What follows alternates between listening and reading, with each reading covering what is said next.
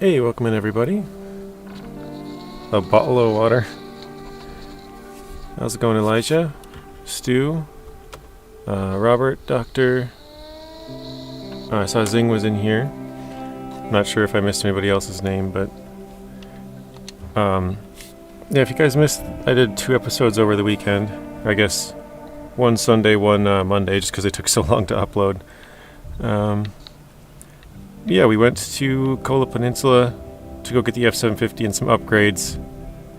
And I flipped over the burlak. This is literally the last thing we were going to do, was just grab this upgrade and then get back to the garage. So, kind of a big fail. We have the F-750 up here. Oops. With the actaeon that we were pulling back. But I think... I know this part is really, like, nasty in here, so I think I might turn around and go back the other way, just down to the ice over here. Actually, this ice is probably not that great either, until you get out to this main area here. Maybe I'll probably just keep going, actually. Alright. Bad Boy, welcome in. Blaine, welcome in. How you guys doing? Bartish, welcome in. So yeah, we got to bring the F-750 down to the ice. Then we can probably just drive all the way over here. We do have the Warthog, but it's out of fuel and completely broken up. I literally detached from it right here, and then just drove down and I hit a rock and flipped. That far away from each other. I do not have any winch points in the area, so we're screwed. You can see it right here. This is the Warthog. Lawrence, welcome in. So, we'll go back to the F-750 and I guess start this terrible climb. I thought about running the F-750 back. Oh, I remember this spot now. And grabbing some better tires. Uh-oh. Actually, I don't even know. I don't know if I even have better tires unlocked. Now that I think about it, but I could use the better engine and some the race suspension and stuff. Bad Boy to the rescue! You're gonna come save all my trucks. What's the backstory of the thumbnail? That's funny. I just gave you the whole backstory before we started. I just saw that chat now, though. I figured I'd catch anybody up who missed the videos.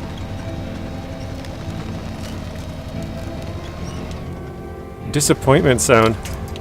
It's always disappointing when you flip it over. I was so close to the end. All I had to do was grab that last upgrade and we were out of here. I'd borrow you my F-750 if I could.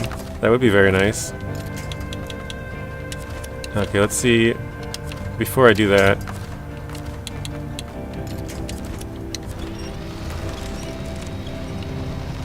Oh wait, that's the tree. Crap. So yeah, I'm kind of just planning on getting the F-750 over to the burlak to flip that over. And then once we get that flipped over, we can probably get the burlak, F-750, and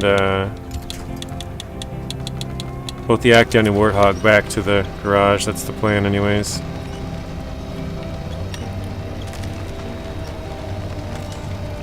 I kind of forgot how bad this section was. Oh, man. The worst part is the only tree that I have is this one tree that's probably just going to break off. I mean, I could, like, try and go a little bit more around or something, but...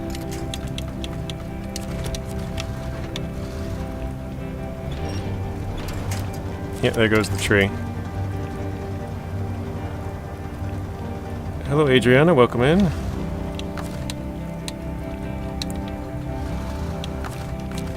Cool idea. Oh no, what happened to the other tree that was here? Did that one break too? What?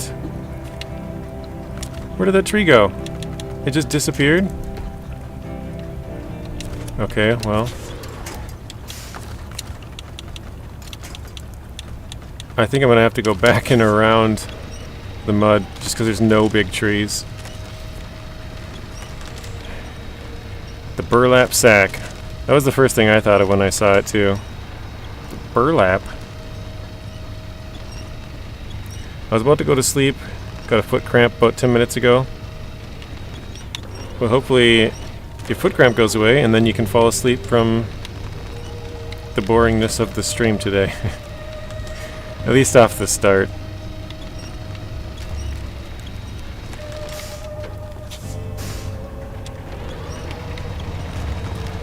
Claude, welcome in. How are you doing, Claude?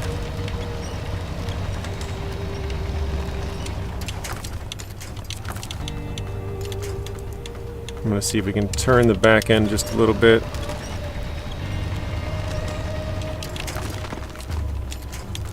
Oh no. Yeah, this is going to be rough.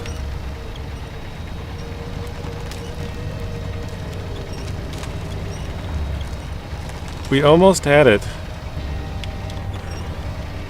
But we messed up. I still can't believe we messed up too. I was distracted while I was driving.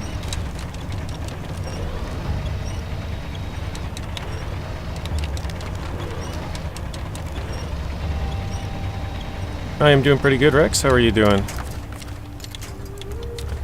Trying to get myself out of this big mess I got myself into. I've gone across this pond a few times, but I guess with our current capability of trucks, it's not working out. Yeah, don't text and drive.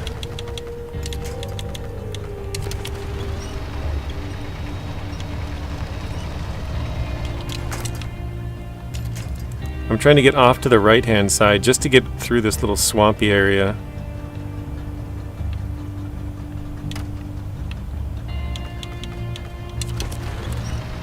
If I'm being totally honest, I think we're going to run out of fuel before we get there. How did we get out here without all-wheel drive? So you have to get the F750, you have to bring it up to here. Back to this location. I'm still thinking it'd probably be better to go that way, but... so we brought it here, and then we left with the burlak, which is why there's this trail... Wait. Yeah, I must have gone back out this way, and up here, and down. Yeah, and then I must have went this way and stopped. I don't really remember exactly how I drove here, but that must have been... That's the only clear route, so... Must have been that.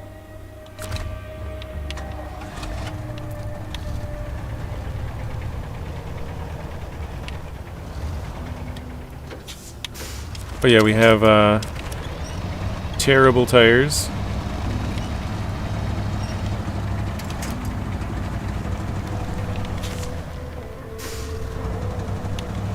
I think we'll run out of fuel before we can get back to the burlak, which means they'll have to bring something else out. How much money do we have? 10,000? So we do have enough to bring a truck out and back, I guess.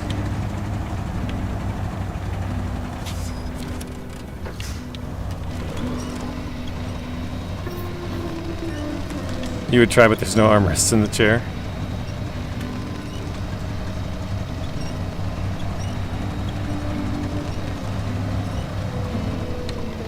Soren, welcome in. Sorry, I just saw your chat, Soren. How are you doing, Soren?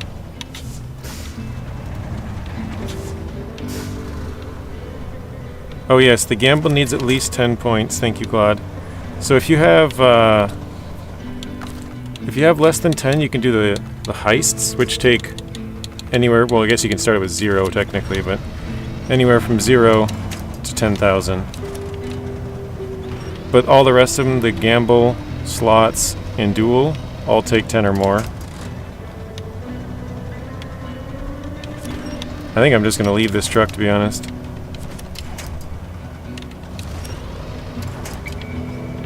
I'm going to steal the fuel from it. Oh, I didn't even put much fuel in it? Oh no. Alright.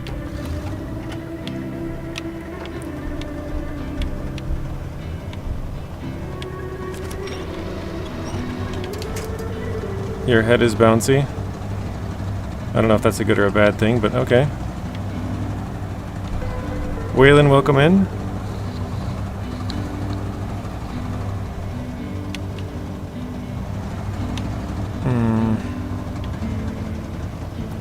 Drifter, welcome in as well. Do we have FS 17 or 19? I have 19. I've only played it for less than an hour though. It's like lottery tickets. Good with losing once in a day.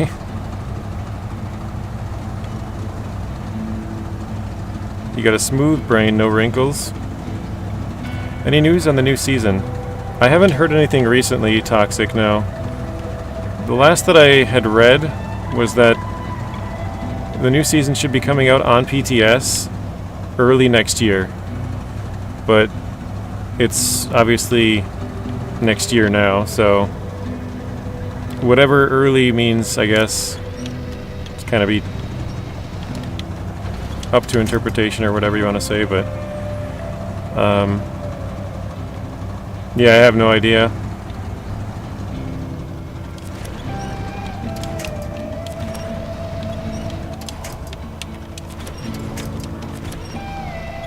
Oh my goodness. Not confirmed yet. I heard a rumor end of the month for PTS today. Okay. Was that from Nathan's stream earlier, Zing?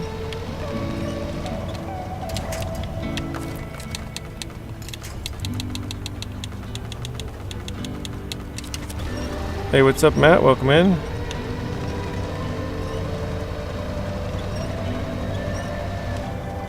Were you guys looking on Nate's stream again? I wasn't. Last time I literally clicked on it, and then like the last two messages had my name in it, so I was like, oh, perfect timing. Naked Dave / Esarokin apparently. Oh, okay, cool. End of the month, so about another 2 weeks probably.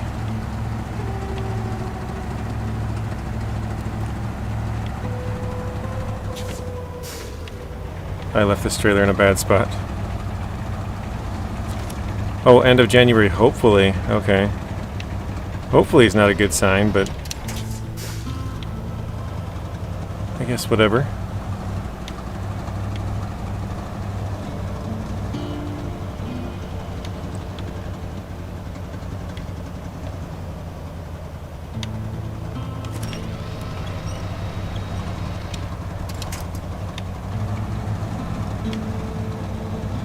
Yeah, I kind of got two options, which are bring the F7, well actually I got three.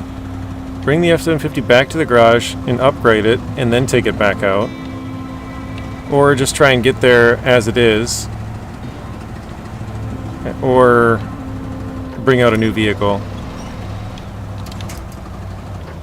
Which we would barely have enough to do a new vehicle, but we would have enough to bring one vehicle out here and back. But we wouldn't have enough to bring the F750 and the burlak back, which is fine. We wouldn't need them both right away. As long as we have it unlocked, we can use it when we get the money.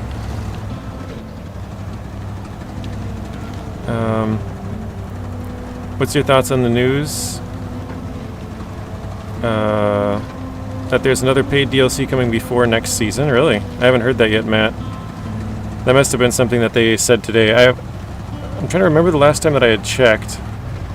It's probably like 4 or 5 days ago now that I had looked at the PTS, so like last Thursday or something probably. And I didn't see anything from Esarokin since like the 12th of December or something that far back. It'd been like a whole month since he'd mentioned anything. So I haven't heard that yet. News came today, okay. Yeah, I'll have to look into it because I don't know anything about it. I don't know if he's given us, you know, a couple of clues about which truck it is or anything, but I don't mind paid DLCs just because, I don't know, I pretty much like to use all the different trucks. But other people, such as Mr. Nuno, says they are all scams because you can get mod trucks to do the same thing, which you're not wrong, there is mods for it, but oh man, this is not going to work out either, is it? There's no way of us crossing the river right here. Caught the live stream on accident, of course. Headed to YouTube headquarters right now. You got some explaining, or they got some explaining to do.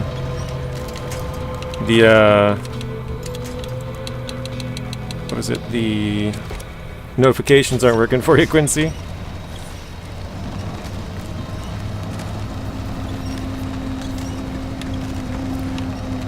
My biggest problem with previous DLCs, Matt, was that there was just no... Like, for a lot of them, for the scouts, there was just no use for them. There was kind of... It was like they just made DLCs just because they could. And I was like, okay, but that doesn't really help most of the players. Like, what is the point of this DLC? Cool, it's another scout, but... What, 2% of the people actually use scouts to drive around, you know? So, I don't know. That was my problem with it. And it kind of also seemed like there was no in-between. You get, like, mastodons, or you get, like, little... what's a small... Like a Jeep Wrangler or something. There wasn't really many mid-sized DLCs, which is why I like the C500 and stuff. I think those are great.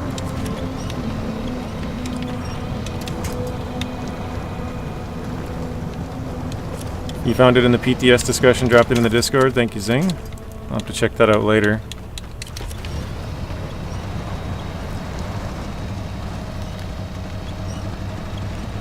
If you have a controller, you can play Minecraft Bedrock Edition. I don't even know what the difference is between the editions.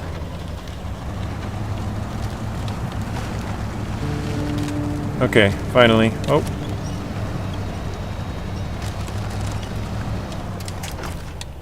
Now the question is, to the right or to the left? To the left, definitely. Okay. Nope, after last stream I re-clicked the bell, made sure I had all notifications on, and still no. They're suppressing good content. Yeah, YouTube's... I mean... I don't know if Zing or Rex knows what I'm talking about. Probably a couple other people out there do, but... at least for me, if... A lot of times when I get a new comment on a video, it'll give me like a little notification saying, you know, you haven't replied to this one yet. But if somebody comments and then I reply to them and then they comment again, there's like a probably more than 50% chance that I won't see that second one unless I go there and check, because I'm like, oh, let's see if they replied. It seems like they never tell me about the second reply, so...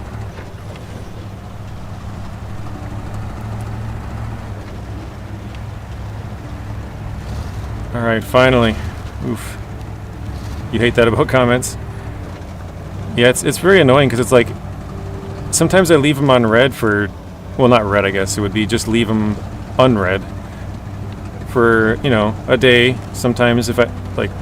Try to check them fairly often, but sometimes it'll be a day, sometimes it'll be a week. I've seen comments that I've missed for like a month and a half, and I was like, oh man, how did I never see this one? But it's just because I have to like go and search through comments that I've never replied to find them.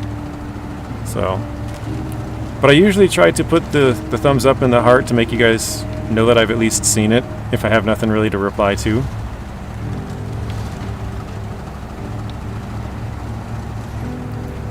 Bedrock Edition is basically consoles,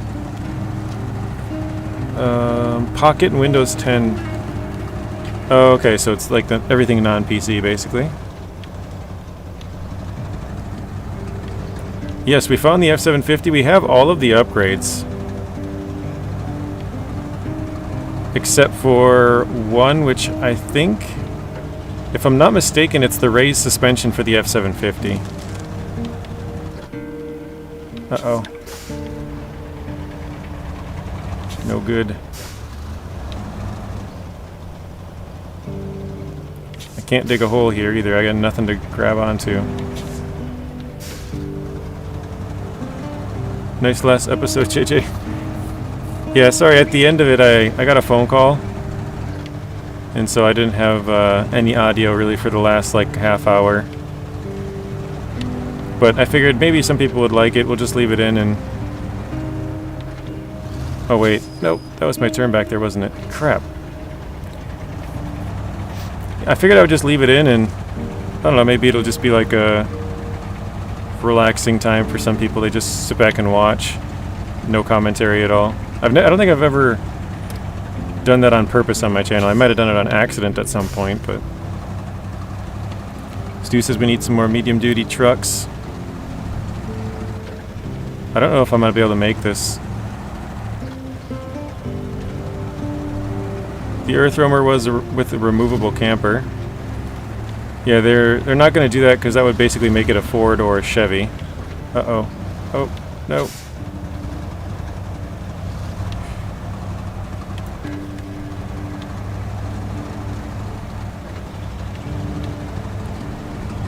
Okay, good. We made it. Gotta try and stick to the edge here. Hey, South Bang, welcome in. We have collected the F750, yes. Uh-oh. But we have no upgrades for it, and we flipped over the burlak, so... I kind of have to get either back to the garage or to the burlak, and neither one is looking very likely right now. We're kind of just stuck on this big ice chunk here, with nothing to winch to.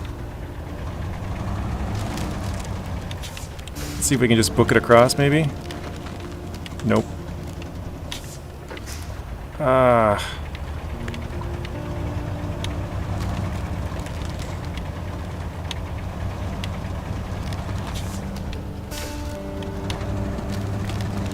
Oh, wait, maybe? Yikes, there we go, okay. I think we can get there now. If we basically follow the ice this way, that's where it's flipped. So, I think we're probably good now.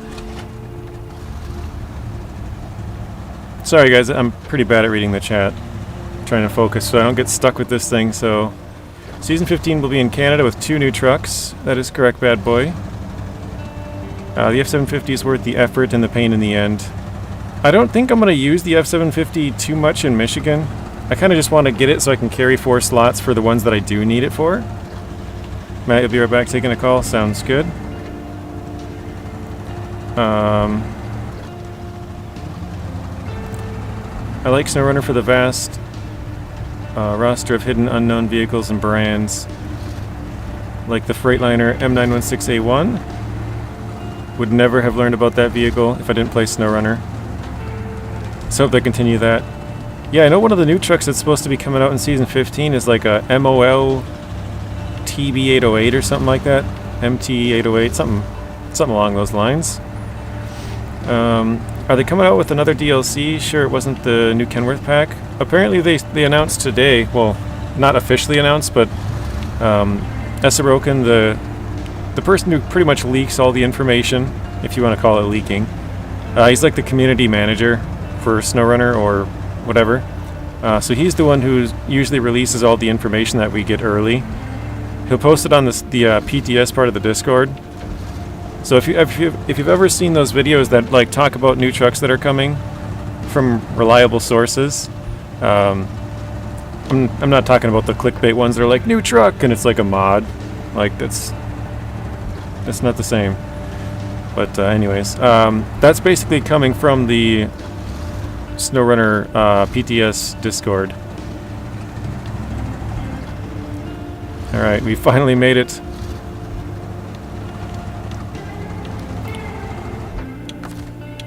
I don't know how good we're going to be at flipping it, but as soon as I got off the ice, I couldn't move. Ah, man. I gotta get closer to it.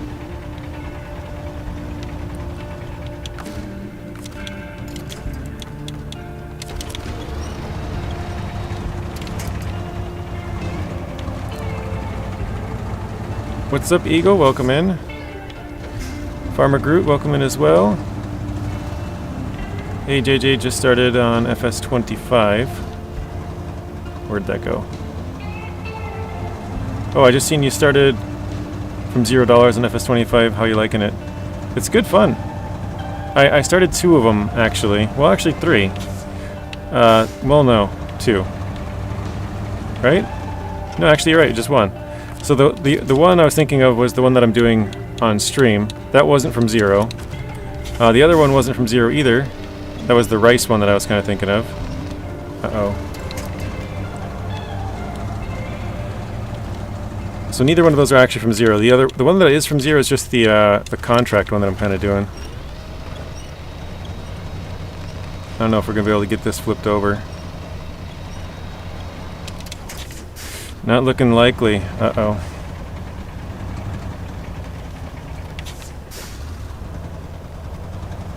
No hints on anything new for Season 15? Okay. I was about to say FS15 because I saw the S15. Just basically that it's late January. Do we know what the second vehicle is going to be for Season 15? And if we know the MOL TBD, is it going to be licensed? So they named the truck specifically, Adriana. So that led a lot of people to believe that it was going to be, but then I guess with their recent driver's diary, they took out the name, and they just said a big heavy truck or something like that. So I think a lot of the people are gonna, or at least what I saw immediately after that was everyone's like, oh no, they lost the license. It's like they didn't lose the license. Licenses take like 2 years for them to get, from what they've said before. So they wouldn't have just lost the license. They either never had it, or they're still in the process of getting it, and that's going to be the truck. But I don't see any way that they would lose the license. In my opinion, they have the license. That's going to be the truck. It's going to be a licensed truck. It's just they, for some reason, changed the wording, and people thought it meant that they lost it. So I don't know. That's what I think. Lawrence, you got to run. All right. See you later. Have a good rest of your night, Lawrence, or I guess good day, because it's like 5 a.m. for you. Lawrence is living in the future, everyone.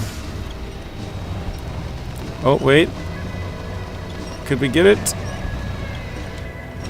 Yes, finally. Oh my gosh, that was too hard.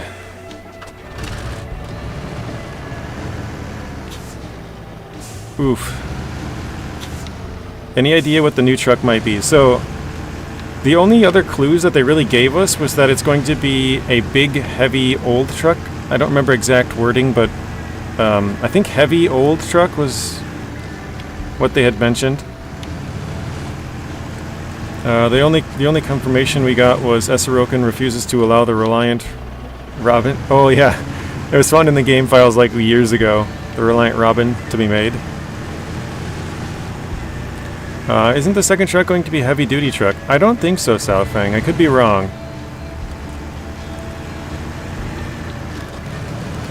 I can't remember the wording. I made a video about it a while ago. By a while, I mean probably like a month or two, because it's been quite a minute. I do think he said heavy and old truck or something like that, but I can't remember their exact wording. So if you want to see it, I remember I took a screenshot of what Essarokan said exactly on Discord and put that in the video. I try to do that all the time so that nothing that I say is like taken out of context. Because I could say like, oh, I should say for those news videos anyways. For here, I'm kind of just spewing whatever BS I feel like. I try to remember what he says, but for those, I try to post the exact message that he put. So it's like, I might say it slightly different. Like maybe he'll say it's a big old truck, and I'll say it's a very big, or something like that. Like I might change it slightly as I'm talking, but I try and always put it up there so you can see exactly what it says. Alright, let's see how close my marker was. I finally did look it up, if you guys are wondering, if you've seen the previous 2 videos. Basically, I spent the entire 4 hours roaming around here in Kola, trying to remember where this one single upgrade was. And it's out in here somewhere. I just don't remember exactly. Was it? Oh wait, I think it might be up here. I think it's a car up there or something. Let's see. Yeah, this looks familiar. Probably just a word choice because in BC they said the 963 was advertised as being old school. It's not.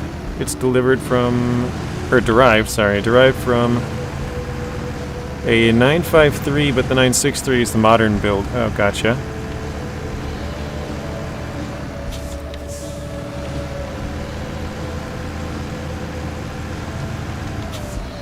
Good job. Burlak isn't easy to put on its wheels. Yeah, it used to be... Is this not the right spot? I swear this is it. Oh, wait. This might be the wrong spot, guys. This might be for a mission, actually.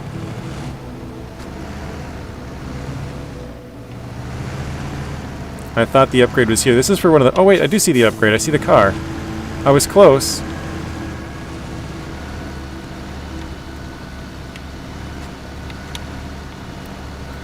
This is not an upgrade. Yeah, this is for one of the missions, isn't it, Zing? I remember having to go to these power lines. No, I can't get back over the rock. Marty says, yes, before the additional winch points were added, it was almost impossible. Yeah. This thing was really, really difficult.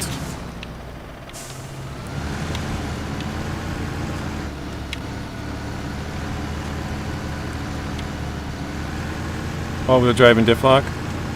I think, if I'm not mistaken, this upgrade here is the raised for the F750. So we'll see.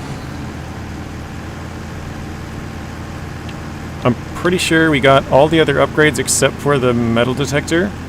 And the reason we didn't grab that is because that's for a mission. I don't need it anyways, but yeah, power line mission. Once I started getting over there, I'm like, wait, I remember going here, but that's not the right thing. Okay, it is the raised. Nice. Alright, now we can finally leave here. It's kind of funny how this trip started. We wanted to do... just get the F750 and get back. And then I was like, well, if I get the F750, I should probably get a couple of upgrades, at least the engine and the raised, and the all-wheel drive or whatever it is. And then I got those. Yeah, I have all the other upgradesing. I spent all weekend pretty much driving around up here, so I have 9 out of 10 on the upgrades here. But it was just kind of funny how it started, and even at the start of the second video, I was like, oh, I'm just going to get this truck out of here and leave. And then I started leaving, and I was like, crap. I should probably just collect all the trucks and upgrades while I'm here. So I was like kicking myself for having to go back and do them.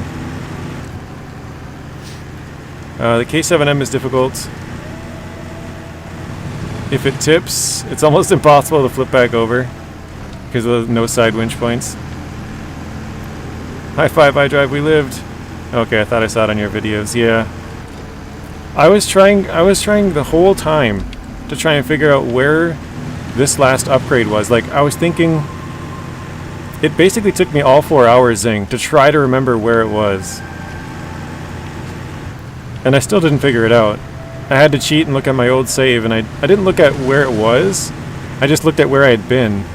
And I'm like, that must be it down there. I kind of vaguely remember going that way. I found I could remember 9 out of 10. And the one that I couldn't remember was this one. Got 33 likes, or 33 watching, 23 likes. Come on, friends. 7 more till we hit 30. I mean, just look at MapRunner if you want to know. I try not to. Cheat like a boss. Wait, JJ cheats? I do every once in a while. Oh, there it is. I tried to remember where it was for like 4 hours, and I couldn't figure it out. So I looked at my old save and figured out where I had drove. Robert got a 92. He likes to plan. Yeah, no, that's fair. I don't know. I have a really weird memory where, like, I can forget something that happened 5 minutes ago. I guess it's like a selective hearing, but it's like a selective memory. But I don't... Selective's the wrong word because I don't get to choose what I remember. But I can remember stuff from like as an example, if anybody's played the game Fable, there's like keys hidden in the ground. For some reason, I can remember an exact location of a key to this day, and I don't know why I remember this key where it's hidden underground. It's just for some reason it's stuck in my memory. So it's kind of funny. There's just certain things that I can remember forever. So I try to remember all the upgrade locations or what they are, but sometimes I get them mixed up. There's just so many. So I could probably show you like around 80% of the upgrades just off memory. But there's maybe yeah, I'm trying to think, like 80% is probably pretty good. I did make quite a few videos like of all the upgrade locations on the maps and stuff, which helps. But yeah, I feel like I could probably get around 80% or so. Also, a lot of the upgrades are very heavy in the starting regions compared to, you know, like for example Season 14, which has 4 upgrades, or what's another short one? Oh, Season 11 has 2 upgrades. So those ones are pretty easy to remember. That's why I made my spreadsheet like the cargo plan. Cargo planning is nice. I did that at the start of my hard mode. I would push down and do it this way. I'd be like, all right, this power line here, I'm gonna grab 2 metal beams. You know, try and plan it out where I'm going, where I'm getting them at. I think I play a little bit weird in the fact that I don't normally hunt watchtowers right away. I just start driving around the map, and then I kind of do that as I go. Like this one. Oh, I have that on. Hang on. Like for this. Well, I guess this is a bad example because this one you can get that the prototype trailer over here. Right there. But I don't go to the watchtowers. I just went out, followed the ice around, and then I think I went down towards here, got the upgrade, went up this way, got this upgrade, then went to the tunnel. I just kind of drive around for the most part. But I'm gonna, with the Scout series, I think I'm gonna try and hunt the towers more. I say that, and I didn't do it on this one, but I should do it more, because it's going to reveal a lot of good information. Hey, what's up, Wright? Welcome in. Zeb, welcome in. I think that's everybody. That's basically where I got all the info from. I just put it in a trackable spreadsheet so I can figure out how much I need of something. Yeah, it's a good idea. I'm not very good with Excel, but I've used it a couple of times. It's just not, I'm just not very good with it.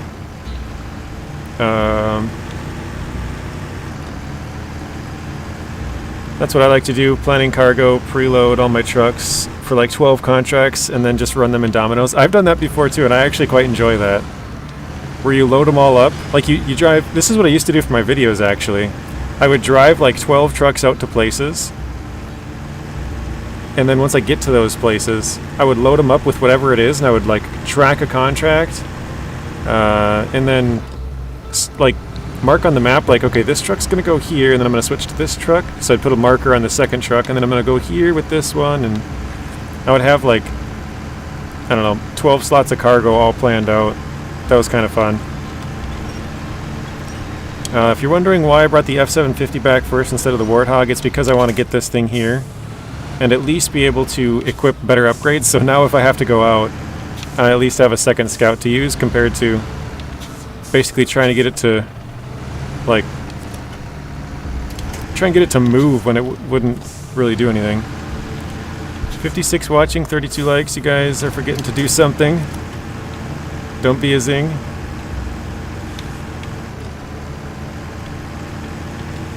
Oop. Oh, Rex is saying hi to everybody. I like it. H-I-G-H, hi. Hi Patrick, hi Zeb, hi Wright, hi Kareem, hi Rex. Oh, hey Rex. That wasn't a hi Rex. That was a hey. 22-year-old girl was... I don't know if I should say that word for YouTube. unalived in a house fire down by here, I think.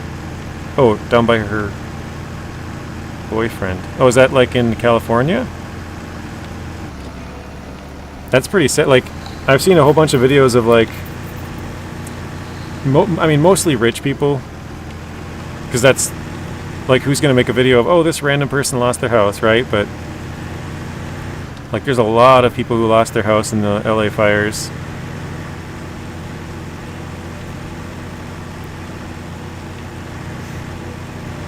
Oh, where you live, but down the road. Rex is a good boy. Have a cookie. Take one of these.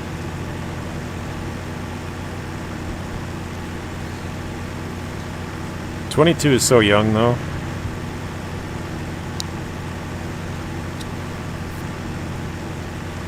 Like, you just get out of high school. I mean, maybe a couple years of college at that point. Probably not.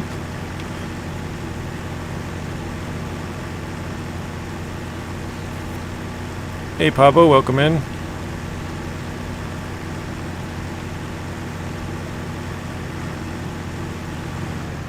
It's a shame I don't like him, Rex. Oh no.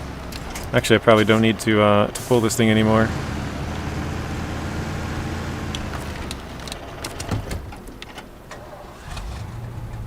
Why would Rex eat the cookies? Rex loves cookies. Rex eats at least one cookie on almost every single stream. He'll split it up and eat it like half at the start of his stream, and then like every hour a little bit of cookie. So here we got the best engine. We got both of the suspension upgrades. Let's see. I don't think we're high enough to have tires, are we? Rank 10 would be the highest tires here, I think. Rank 10. Yeah, oh yeah, they're all rank 10. It's just different sizes. Alright, we'll leave that for now. Let's go back. So we gotta go rescue those two trucks then. We gotta pull back the Warthog and Actaeon. I was really trying hard to think of those two names for some reason. Rex is like the cookie monster.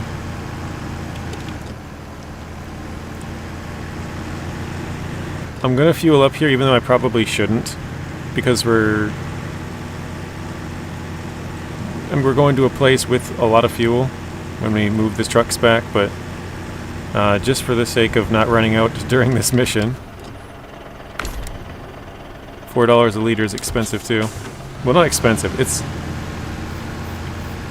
kind of the most that I would really like to pay for it, but it does go up to double that. Pablo says, "Are you jumping maps to collect scouts and then going from the beginning?" Sort of, yes. So originally, I'll explain why, Pablo. I originally went for the burlak because I thought the burlak can attach big trailers, so we would be able to pull the 4-slot ramped flatbed. There was one, I'll show you which one actually. We have moved it now. Right here. It's in Michigan. It's a 4-slot ramped flatbed. And I went to go get this burlak because I figured I could attach that trailer and go deliver it. Well, I found out the burlak can't attach to that 4-slot ramped flatbed. There's only one scout that can attach to that. That's the F750. So I ended up having to tip it over. I didn't want to go venture out in that video, or that stream, I guess, to go here and do it. So I waited. I just tipped it over and delivered it that way. But then I came here for the F750. So yeah, that's why we kind of went out of order to go grab the burlak and F750. That wasn't exactly the plan, to go jump out of order and get some scouts. But we did go to Season 8, grabbed the Taiga, and sold that for some money to buy some more scouts. My computer froze for just a second. I don't know why it does that with SnowRunner. It seems like it started about twice a stream and then it's been good.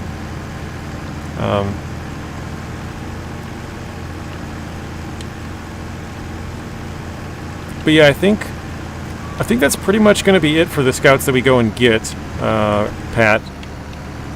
I thought about maybe going to get the TH-357 for the crane and sort of leaving that sit in certain areas. But I don't know if I will or not. I think what I will do though is probably jump ahead to Alaska and I'll just do upgrade hunting there. Oh, okay. I got a little zone to hit here. Why not? Whoa. No, no, no. Rip. No, I didn't. Are you kidding me? Well. Oh, and I didn't put fuel or anything in here, so it's still broken. Wow. Okay, well. What else did we need on here? Tires?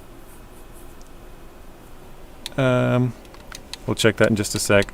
See, if I couldn't even buy this. Wait. Oh, because I spent money on fuel. That went well, yeah. Oh, man.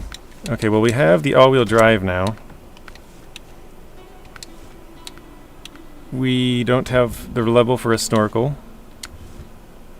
We don't have the level for a snorkel or the autonomous, which kind of sucks.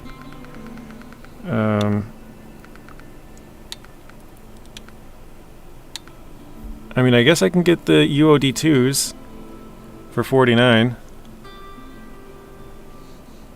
They're 45 inches.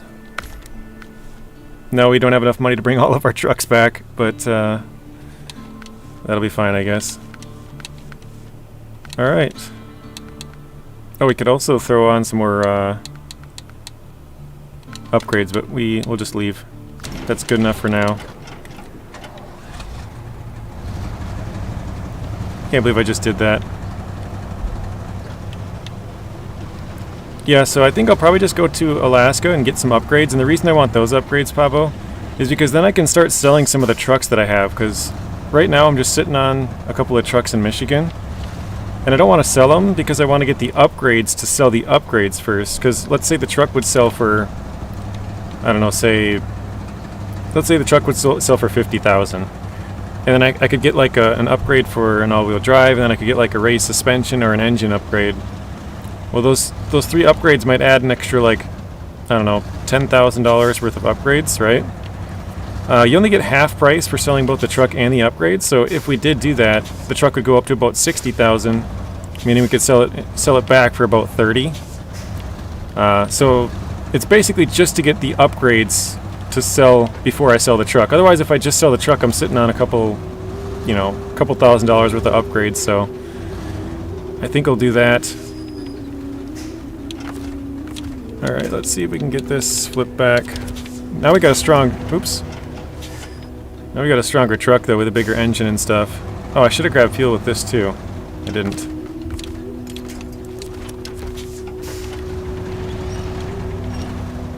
Oh wow, that was so much easier that time. Okay. Well, let's not do that again. But also, when I'm going to these regions, Pablo, I'm kind of trying... I'm going to track this just because we're doing it anyways. Oops, we'll accept that. Which one is it? Is it a task? Okay, yeah, here.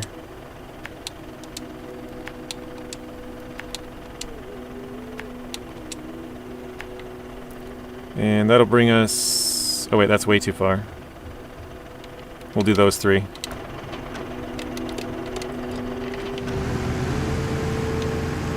Same player shoots again. Back, welcome back. Yeah, get all the upgrades while you're in the region. So what I have been doing as well is I've been leaving my trucks in those regions. I do think it'd be kind of fun to sort of hop around. Like this region, or today we'll play in Michigan, tomorrow we'll play in Alaska, the next day we'll play in, like, you know, just random regions, right? So currently we have a couple of trucks up in Season 8, because we went there to get, to sell the Taiga and get the Tuz and another CK and stuff, a couple of scouts. So we have those trucks still in Season 8. We have 2 trucks in Season 11 still. And then we have these trucks here, but these ones I will actually move out because that was kind of the whole reason why I wanted to come here, was to get the F750. And I came with the burlak. The other ones I brought other random trucks. But yeah, I think we'll just leave those trucks in those regions and we can kind of jump around if we want to. Last delivery, drive safe Rex. See you in a little bit.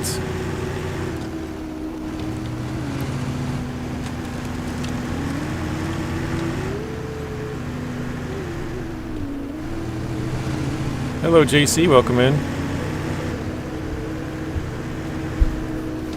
Interesting strategy. I mean, I could just do it, I could just do all of Michigan. All of Michigan first, and I might do that. But I did think it'd be kind of fun. Maybe after a while we hop around. Maybe we do Michigan, Alaska, and Tamir or something, and then we start jumping around. But yeah, I thought it'd be kind of fun to like not be locked into one region forever. You know, like every day for the next month we're playing Cola. It'd be like, well, we'll play Cola today. Tomorrow we'll go to X region. I mean, we should have a decent amount of money after a while, because we're selling all of the big trucks, and all the big trucks are expensive. The Scouts, for the most part, aren't super expensive. Like, you can get a couple of them, like maybe 2 or 3, for the price of, like, maybe 1 or like, I'm just thinking, like, if you get a Scout, a cheaper Scout can be, like, maybe 20 or 30,000. You can get a cheaper big truck, or maybe not cheaper, but, like, maybe 60K. So you can get like 2 or 3 smaller trucks for that same price. Or if you get like a huge one like the Mastodon or something, that's like 200,000. So that could be like 6 small trucks, you know. Obviously not fully upgraded, but yeah, I don't know. I think it'd be kind of fun to have a couple of trucks in each region and basically just move around after a while.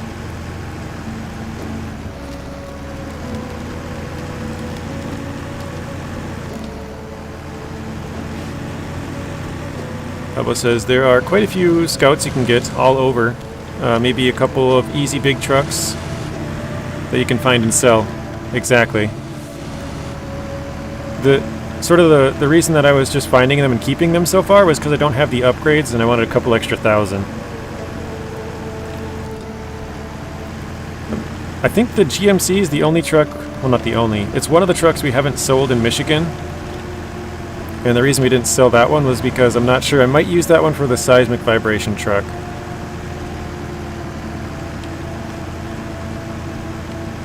I'm not 100% sure, but I think that would probably make a decent seismic truck. I think it's one of only like 2 or 3, I can't remember exactly, of the highways. I think it might be 2. I think the W990 and the GMC are the only 2 that can attach the seismic vibration add-on. You'll be winching a lot. I don't know, the GMC... So, the W990 is obviously really good with its tires. It doesn't have all-wheel drive, but it's, you know, it's so good with its tires it kind of cancels that out. And then the GMC does have diff lock and all-wheel drive, so both of those would be, you know, pretty good trucks, but maybe even too good for the series. I don't know. I'd probably have to find something maybe a little different. The Taiga could. The Taiga would probably be too strong too. Which Zix? I don't think either of the Zix. Well, the 605R can, but the 566A can't, and the 5368 can't. If I remember right, anyways. I'm pretty sure I checked the 5368. But if that one could, that would honestly probably be a pretty good one. Or maybe the Kodiak or something. Which I did sell the Kodiak, so we'd have to go get the one in Yukon if that was the way we wanted to go.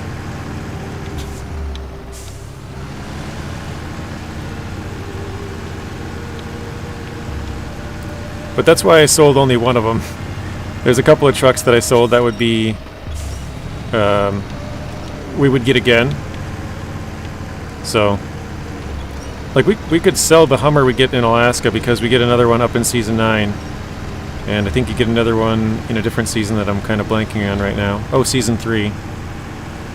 So there's a couple of different trucks that you get multiple times. You get multiple Scout 800s, multiple Fleet Stars, multiple GMCs, multiple Kodiaks, multiple Tuz 420s. I think I'll probably keep pretty much every scout that I get, though.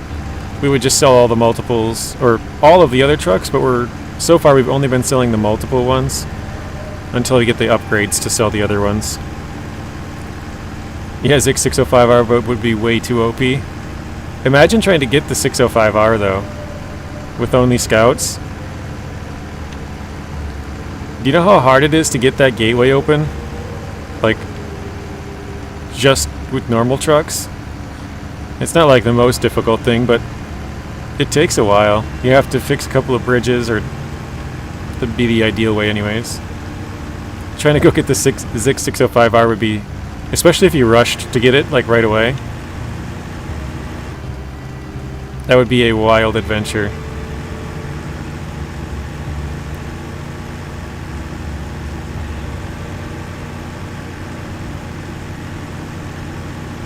Keep the scouts. Quantity of scouts is your best defense against the no big truck rule. I agree.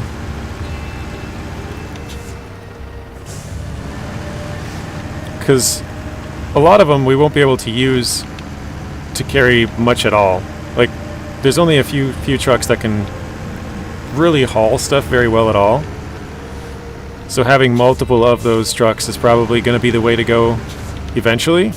I think in Michigan, maybe Alaska, maybe Tamir, it might be okay to use a couple of the smaller ones, but I think after that you're almost stuck to most of the bigger ones, or better ones I should say, maybe not necessarily bigger. But yeah, I can tell you right now, the TUS 420 and the F750 are going to get a lot of work. Because the F750 is the only one that can attach 4 or bigger the slot ramp flatbed trailer. And then the TUS 420, pretty much anytime we get in a big struggle, we'll probably have to use that to pull ourselves out. All I know is there's going to be some creative overloading going on. We did have the burlak overloaded actually in Michigan already. It's completely stock, or at least I think so. I don't think I upgraded anything, but it's basically very limited upgrades or completely stock Lodestar. And it actually did quite well. I wasn't planning on overloading, I just drove to the wrong spot, and then I was like, well, I guess since I'm here.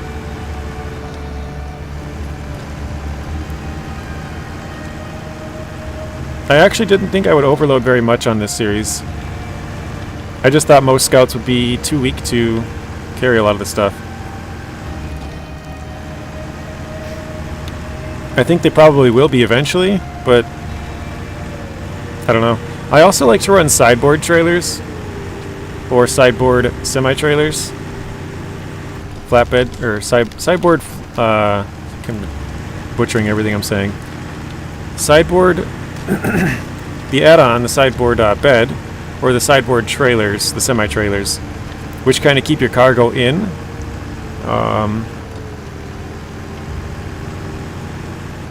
But yeah, I don't know. It's gonna be interesting going through some of those places with just a trailer, because as soon as you get it kind of tipped, cargo will fall off, and we don't have many trucks with cranes. So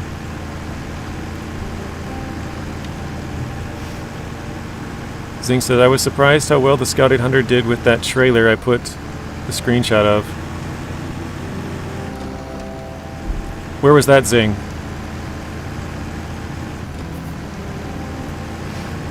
I'm trying to remember where this... Is this what something you did, Zing? Or is this on my stream, or a video, or what? I'm not sure which one you're talking about.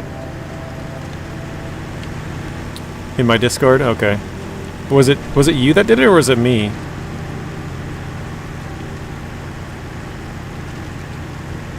No, I haven't checked my Discord since Friday. I think. I don't think I checked it over the weekend. Maybe I did, I don't know. I guess you could probably see the last thing that I replied to.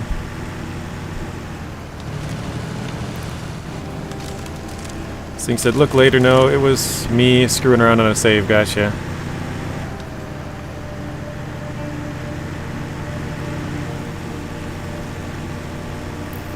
Well, now that we got the Actaeon back, or I guess not technically yet, but this will be the truck that we're using for long logs, so We can actually start doing some of the long logs in Michigan. Or I guess any region really, but I can honestly say I've never used this truck to do long logs other than one single time when my chat wanted me to do it in Season 5. And it didn't really go so well. I mean, it did eventually make it, but... Snag the 2 slots. With the bricks... Oh, okay, I know which one you're talking about, the one that I did in Black River. Freeway gearbox, held it in high, surprisingly, wow. Gotta go. Happy streaming. Thank you, Pat. Later, Pablo. Have a good rest of your night. Hey, what's up, Bapley? Welcome in. Probably should have asked this earlier, but how was everybody's weekend?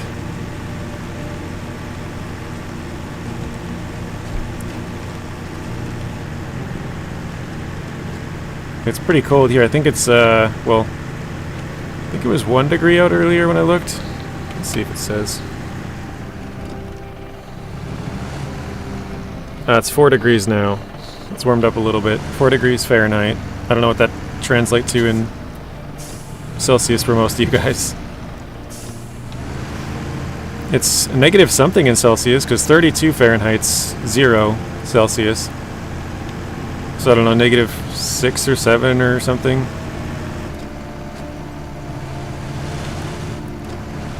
Patrick says, oh, was it a weekend? Zing said, good. Went to my parents yesterday with the dog. Watched the Packers. Gone and done. Yeah, that'll probably be the Vikings next week. It could be tonight, though. But yeah, the Packers look like crap almost the entire game, Zing. But somehow they were in it for most of it. I know the announcer said that a couple of times during it. It seems like they should have been getting blown out. It should have been like 28-0, but it was somehow like 10-3.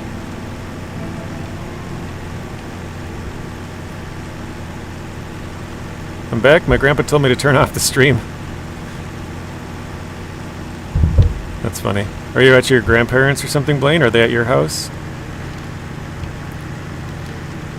Mine was good as always, JJ. Just downloaded some SnowRunner on the PC. Very nice.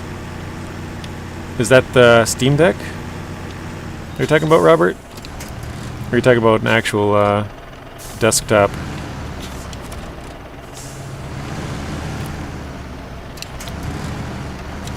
Sing said he played a whole lot of games on the Stream Deck. Or Steam Deck, sorry. Stream Deck and Steam Deck. They're so close. Oh, your actual PC? I suppose I could actually drive this now. Oh, it's out of fuel. There we go.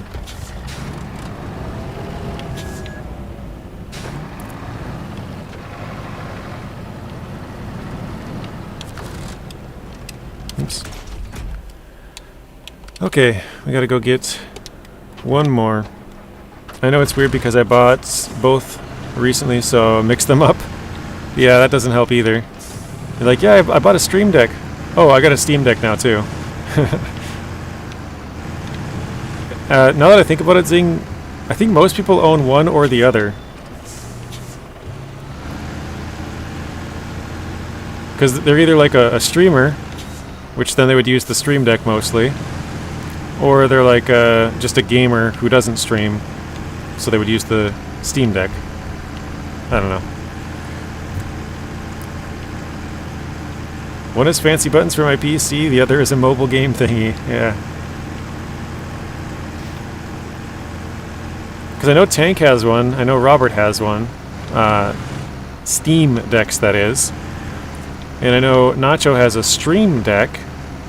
I think Rex was either going to or did buy a Stream Deck. I'm not sure if he has it.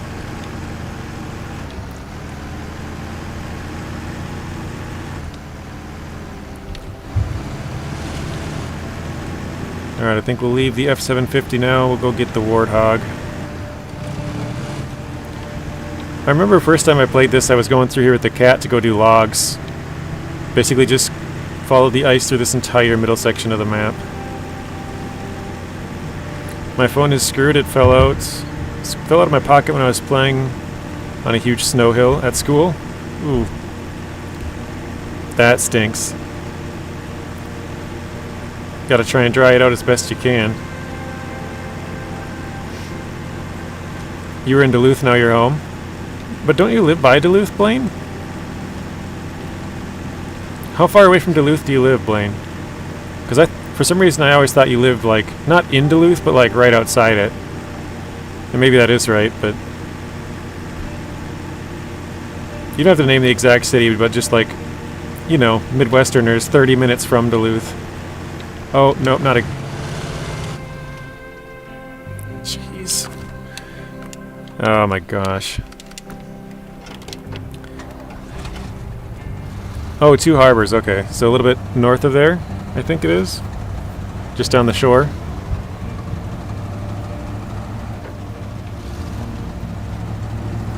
Yep, another ripperoni. If only I had some pepperoni pizza to go with it.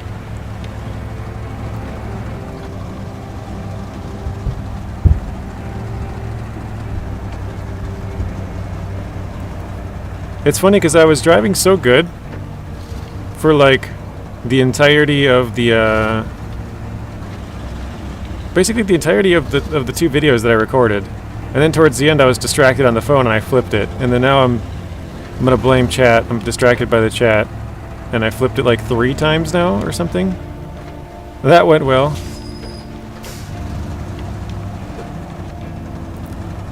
Version 2.0. I think I'm just like I said, when I came through here with the cat last time, I just kind of floored it over all these rocks and it was fine. I guess this one's a little bit more skinny, narrow wheelbase, and every time we hit a rock it just flips us right over.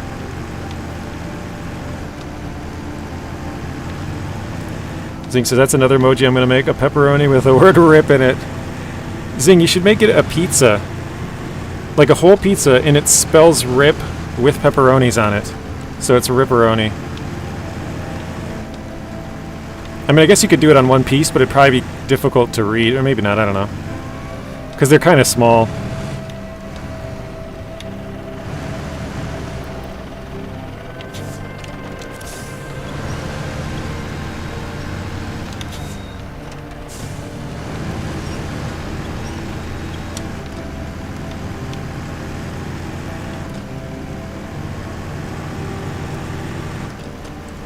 Emojis are too tiny to make it that legible. Yeah.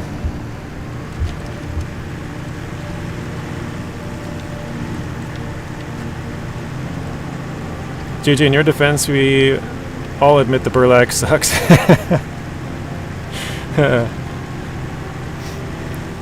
It's a lot easier to flip though, like Marty said. Once it got those attachment points, it's not too bad to flip back over. It used to be a one and done. You flip this thing, you're screwed. Alright, I'm gonna try and get the warthog to flip around here.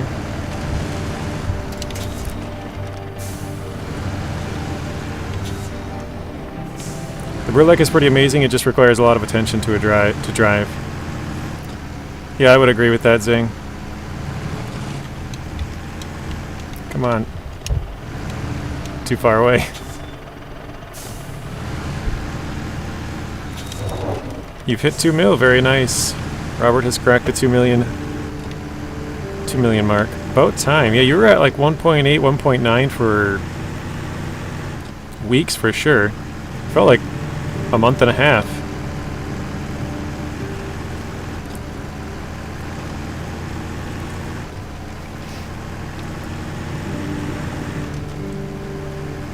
We got Oil Prince Robert here. Is Prince Robert, isn't that one of the princes in the UK or something? It just sounds right, Prince Robert. I don't know my royalty, so... Nosing, it just sucks. Get it, floor it, drive it into a well and forget about it. 900k.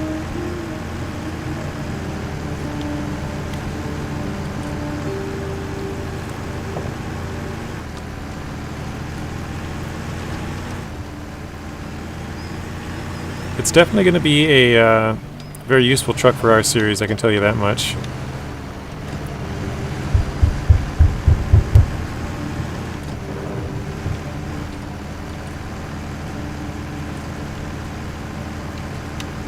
I'm trying to think.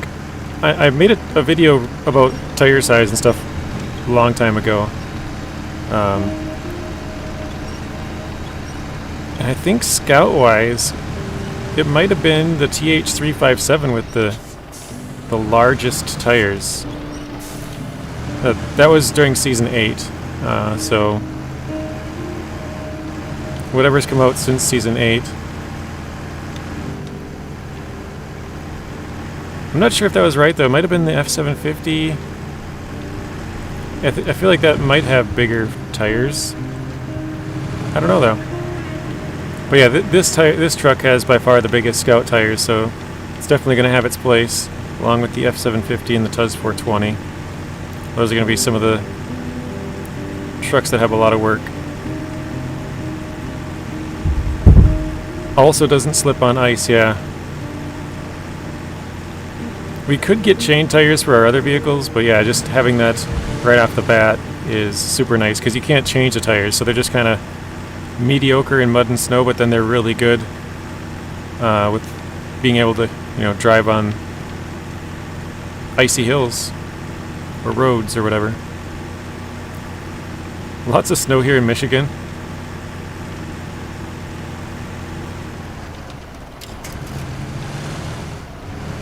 Alright, let's do this. Oh wait, it's out of fuel.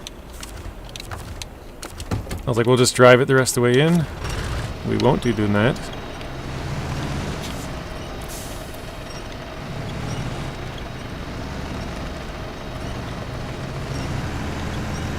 There we go. The burlak is one of the only trucks that can ignore breakable ice. That is true. It's got big enough tires for that. So we can sell that one.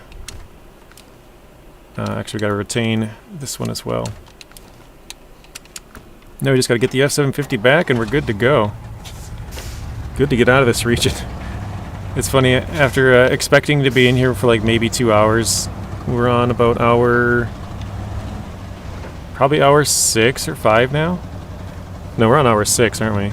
We've been in here for sure for 5. Both streams were, or both the videos were almost 2 hours apiece. Actually, about 20 minutes was Season 11, though.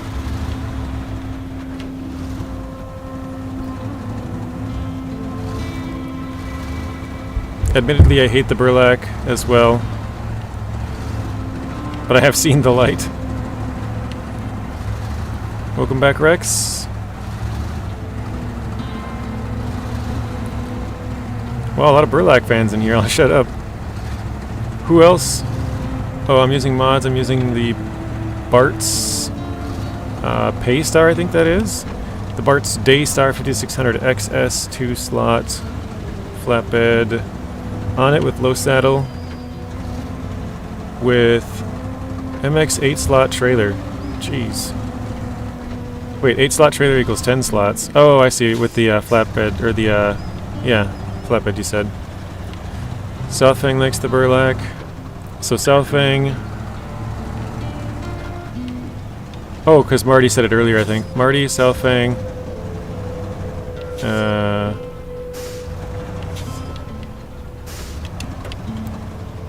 might have been it. I'm trying to think. Well, Zing, I guess Zing defended it a little bit. Defended it, but doesn't like it.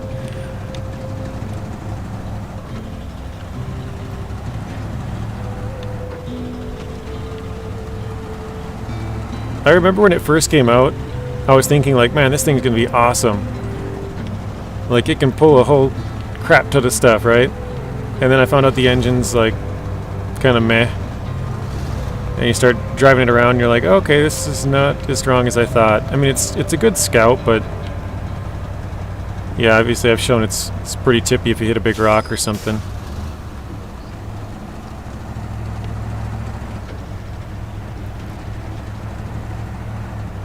Oh, Zeb likes the burlak too? Okay. Blaine hates driving the burlak. There we go. Now we got some hate.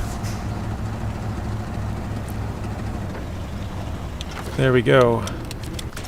Finally. That took way too long. Okay, we have enough money to bring one single truck back. Okay, what should we do? Jump to Alaska and go get the upgrades so we can start selling some of these trucks? Oh, actually, no, wait. Oh, yeah, I think I do need to top engines in... Oh, they're both in Tamir? Okay. I was thinking... Oops, for the Actaeon. Yeah, the 240 is in Yukon. Gotcha. So we got 2 engines in Tamir before we can use anything there. Oh, we do got the raised though. Let's throw that on. Oh, that's weird. I never noticed that the active isn't found. It's just rank 26. Twitch rejected your Z logo as an emote? Really? That's weird. Okay. Wait, hang on. I was going to check. If I sell this, is there anything I need out of here? I can sell those with the other one, right? 15.3 and 16.1. No, those are different engines. I don't remember what other trucks use that engine. I think that's the Vorons, maybe. Oh no. The Vorons and the Azovs, I'm pretty sure use that.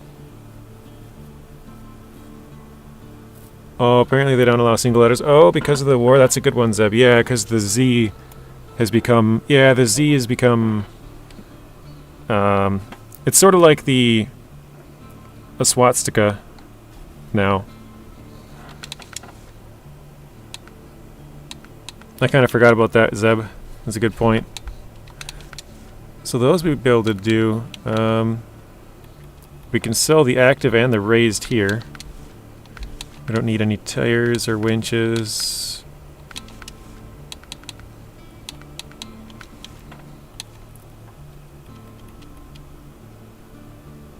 What about I give them an F emoji? Just put zing across the Z like a banner.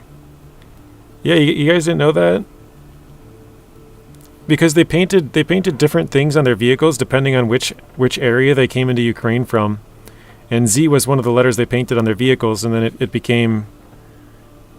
Yeah, they paint Z on vehicles and stuff, and like people have gotten, you know, haircuts and like stickers, and like they line people up like in some like a city block or something, and everybody lined up into a big Z and stuff like that. Look it up.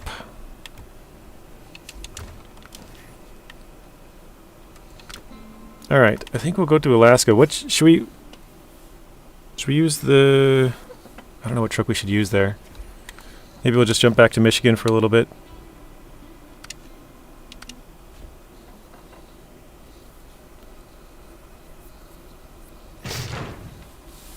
I only have one single truck here, I think. Right now, the Lodestar.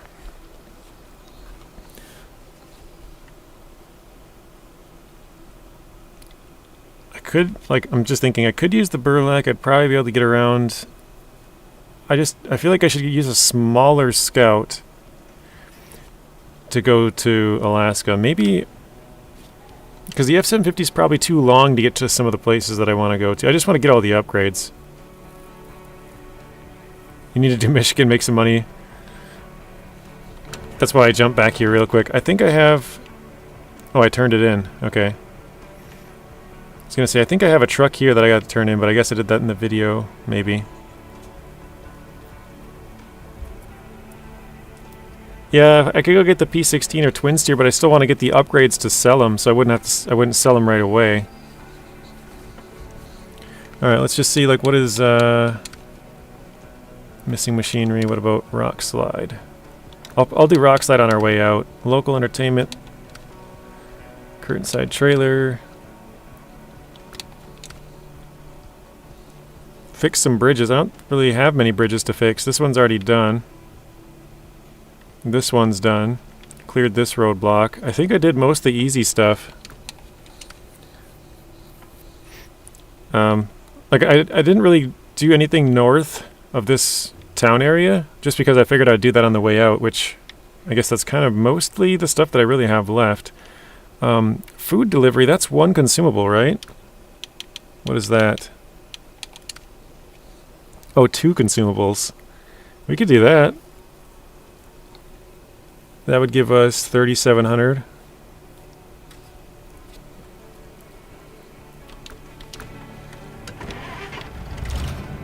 Actually, I don't have tires on here yet. I don't have any money.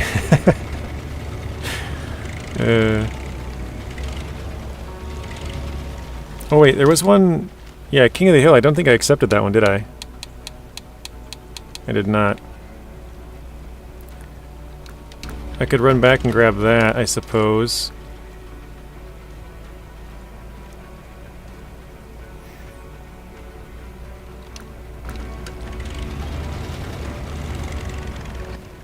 I'm just thinking, should I go this way? Let's do it.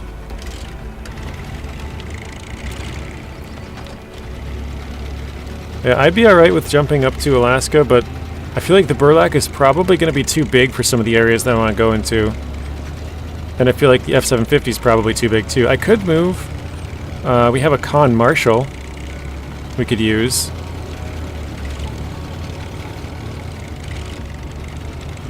I'm just not sure. I guess I could just pull a small scout fuel tanker around with us. Maybe that's what I should do.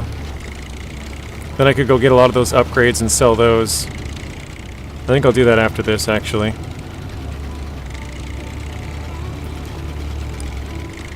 Now I'm trying to think of where a scout fuel tanker would be on that map. I know there's a big semi-fuel tanker in the city.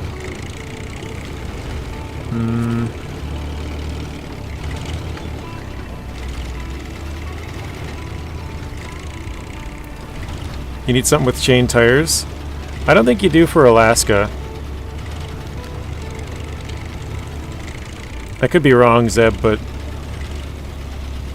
I don't think any of the spots are like too difficult without chains.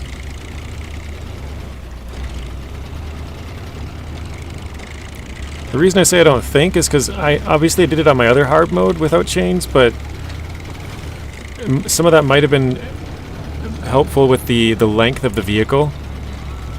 So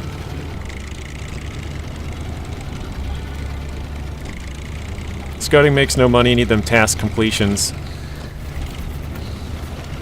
But this scouting would pay off a lot though. The reason it would pay off a lot is because then I could sell all of those big trucks, because then we would have all the American side of upgrades. Well, I guess not technically. We still got to get the upgrades here in Michigan too. I don't know why, I just assumed I had them all. I don't have any. I guess I got half. Patrick says, now this is a decent scout, especially upgraded. Yeah, I want to go get the suspension upgrade. Actually, I think I didn't put the engine in this either yet, did I?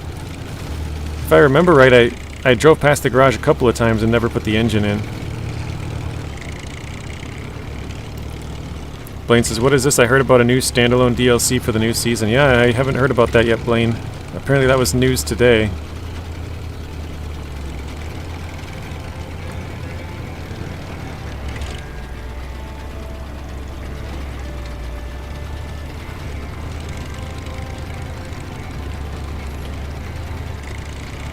Yeah, we could do that, Zing. We could do a loop through here, fix some bridges, get some upgrades, because we still have, what I say, 13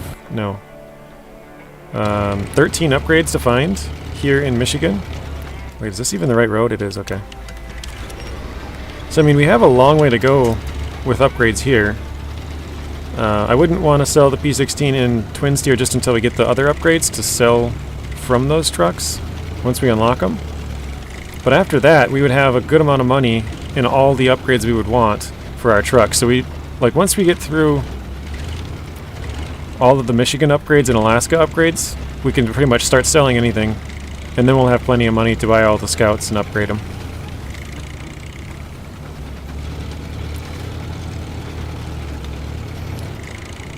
Alright, what do we got here? Reach both of the mountaintops. Okay. This is probably not a good idea with a crane on here, but alright, I guess we'll try.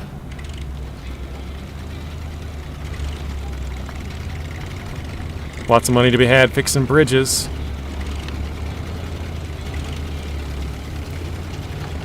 This thing says you also need to level so you can slap those tires on the Lodestar. Then you're set for a while, yeah. Because now we got the burlak, so we got a, well, I was gonna say a truck that could attach the 4-slot trailer, but I guess it'll just be our winter truck. Change tires. But it still can attach bigger trailers, just not the 4-slot ramped flatbed. It can do the 2-slot ones. So it'll still have its use. And then we got the F750 for the bigger stuff that we need. Oh, you know what's one thing I could do, Zing? I could bring the Actaeon here and start doing the long logs. That would be pretty tough, wouldn't it? Deep Row, welcome in. Let's try and use the back here. Not moving at all.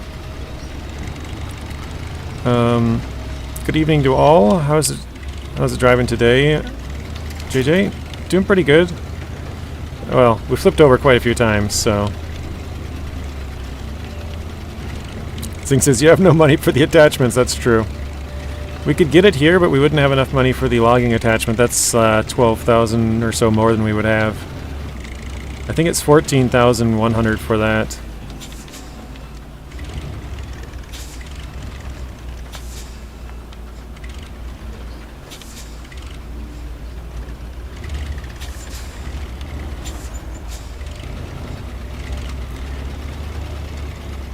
$21K for logging? Oh yeah, because we would need to buy the logging trailer too. I didn't think about that. Because you can get the logging, the front, as it's called, which is the front part of the logging, you know, thing. They're both 14,100 Zing, if I remember right. Here, let's just check. Wait, do I have anything? Yeah, I'll just jump back in the garage, see if I have. Yeah, we do have the Actaeon. Oop. Don't want to do that. Yeah, I guess I won't be checking right now. I think it's 14,100. I think they both are, aren't they? I know the log crane is 79.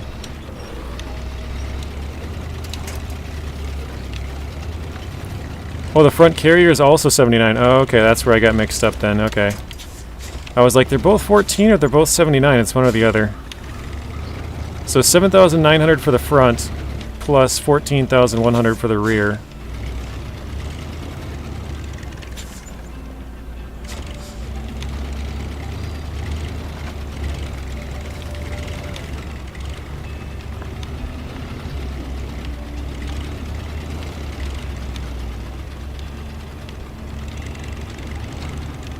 So about 22K. Rex says 43 watching, 42 likes. Ooh.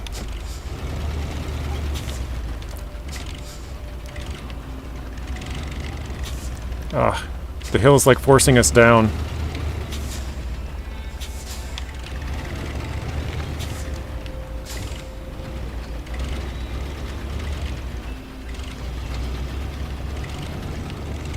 There we go. Yeah, I do not like having the crane on the back of this thing for this right now.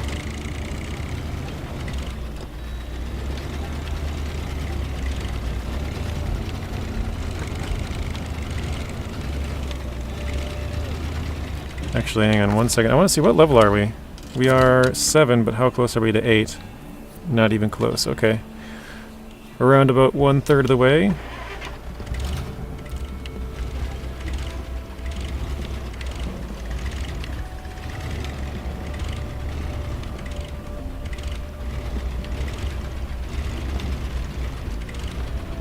Anybody else shouting "careful" at his screen?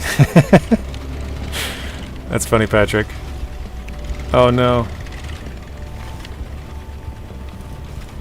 I am kind of stuck. Oh. So I dropped our trailer, but I feel like our trailer might honestly be helpful in this situation. That's a lot of money to potentially tip over. Oh shoot, nope, hang on. Oh, I remembered as I opened that crane, I'm like, crap, the rock's gonna fling me off. I got lucky on that one. That was really lucky. Yeah, we're gonna have to row the boat. Actually, I might just leave that out. Let me just retract it a little bit. Because if I have to pop it out again, there's no way I'm gonna be able to pop it out on that side.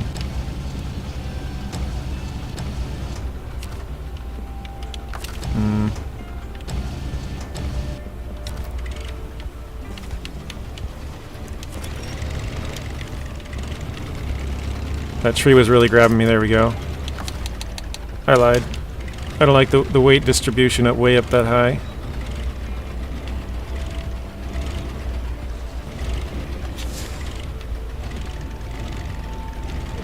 Trying to act like a mountain goat. Those things are pretty crazy, man. Watching them climb on those like sheer cliffs, basically. Like, how the heck do you guys even do that? It's all I've ever known, I guess, just climbing up and down those cliffs since they were little baby goats, because like you'll see tiny ones doing it too. Like the smallest little baby goat climbing on some crazy cliff edge.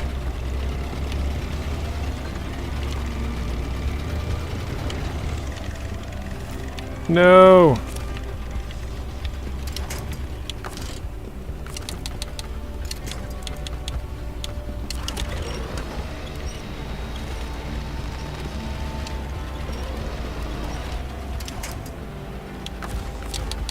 We're trying to do the trick where we just pull a little bit on the tree and then it resets. Oh no, it didn't work at all.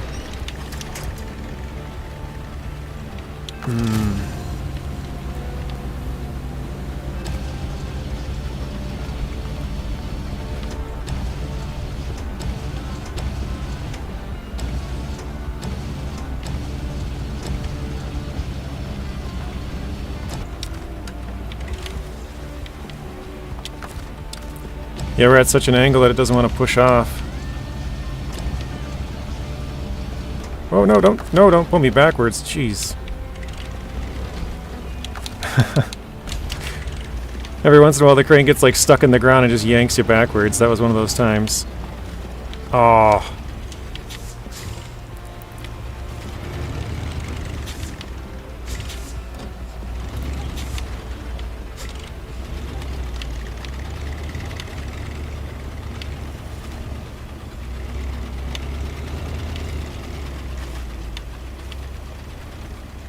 No. This is proof you need to get tires. Yeah, we definitely need to get tires.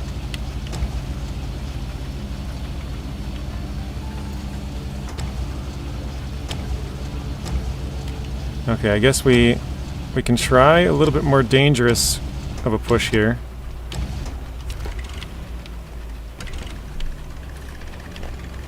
The reason it's more dangerous is it's going to push the truck more sideways than we would like.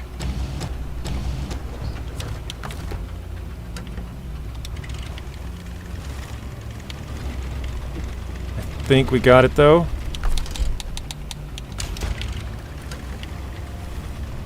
Not quite. Oh wait. Nope. What about... There we go. Is this Michigan? Yeah, this is Michigan. So I'm trying to play it so where it's like sort of how I would have started before, which, you know, not getting any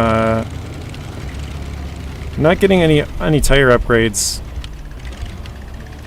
until we get to the rank where we could get tire upgrades, which I think we're actually there for most of the scouts, but because this one uses bigger truck tires, I don't think we can. Oh my gosh. We're stuck again. Have you seen the video of a snow leopard rolling down a cliff to get a mountain goat? I don't think I've seen that one, no. Oh, come on. How is that not done? Oh. Dude, we're going to run out of fuel trying to get to this mountaintop, aren't we?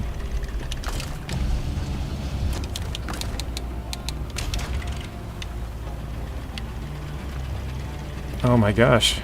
We are.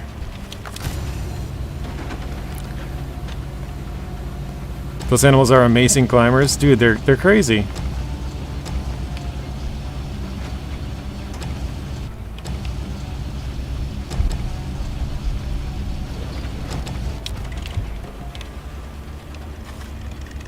I think I'm gonna run out of fuel before we even get to the top.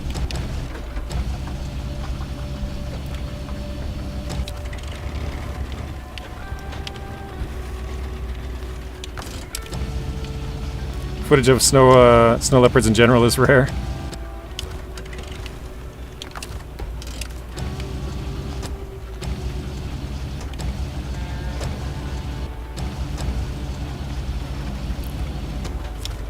There we go. Maybe?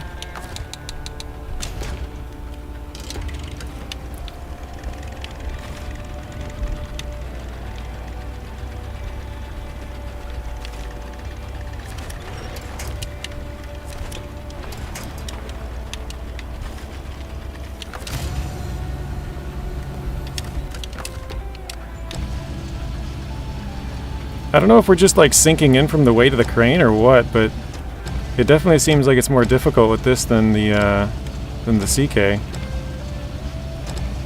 I think it might be due to the weight of the crane.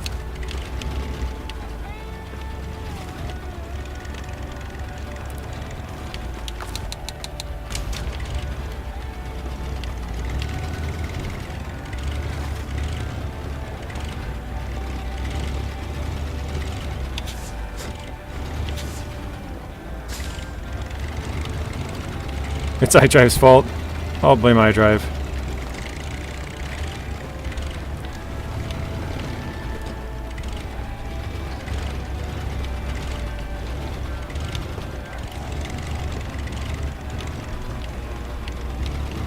I just got here.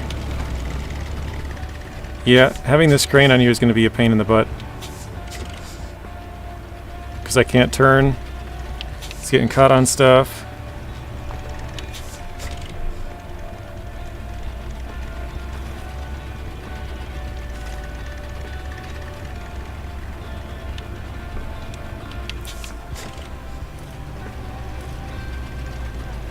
I think we might have gotten stuck.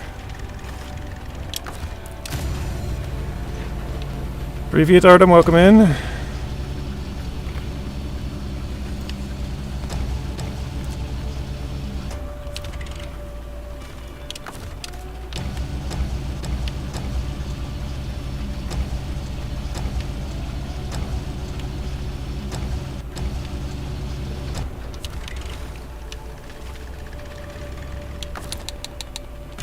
All right.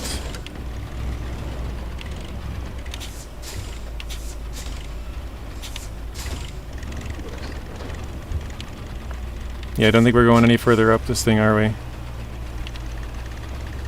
I think we might end up having to go tumbling down.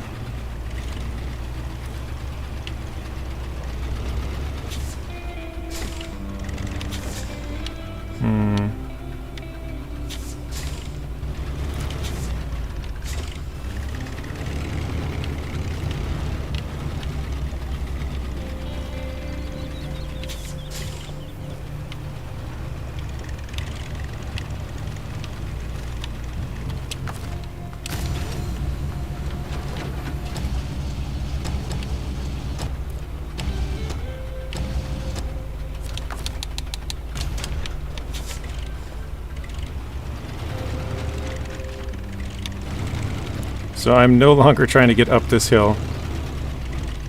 I'm trying to get back down. I don't think we're gonna make it up, so we'll have to go back with the CK. Which is probably why they give you one of them.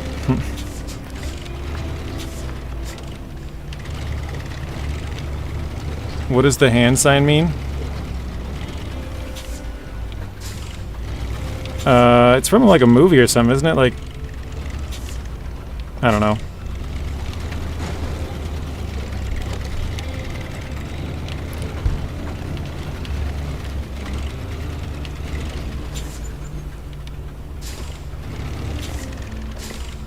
It's a Star Trek hello. Okay.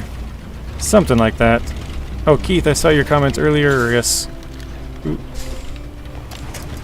About to roll off the edge here. Welcome in, Keith.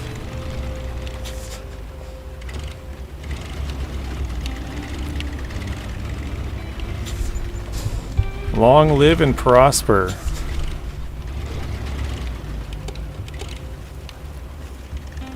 Oh no, are we stuck here too?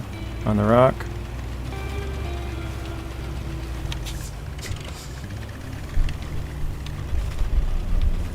I knew somebody would know what it means.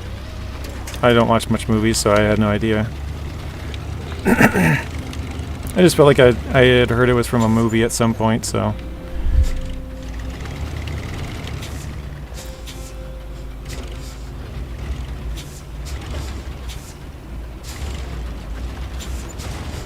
Ouch.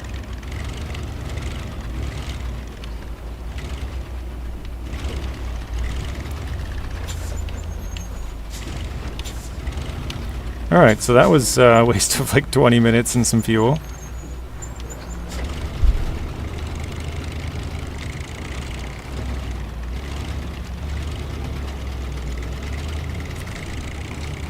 Zing said you just picked the wrong vehicle to do it in. Yeah, I think the crane weight mixed with no good tires was not gonna get up that hill.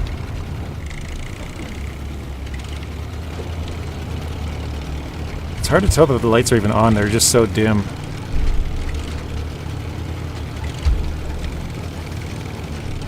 Yeah, you're right, Blaine. I don't watch many movies. I think we'll probably end up coming back and doing that when we get the CK back here. Which we have a CK in Michigan here. It's just on Smithville.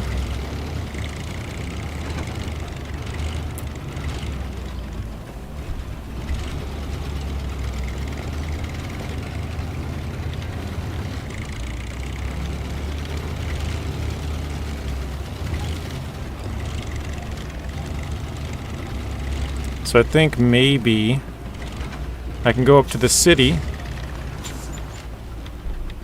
and try and do some of the missions over there.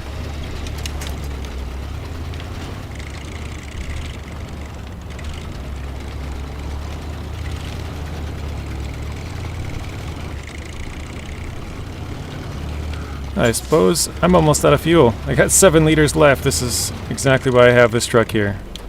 We still gotta steal the fuel from it, so... Thank you, Mr. GMC.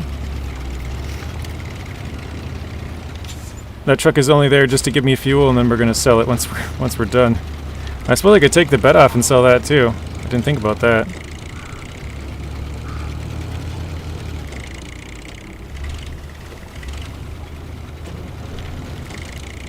Oh.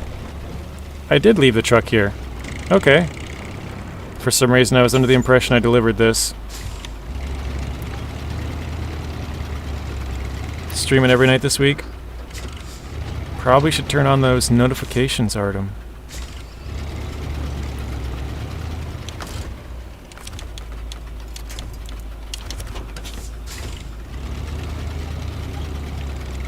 Are you starting at the same time every day, Zing?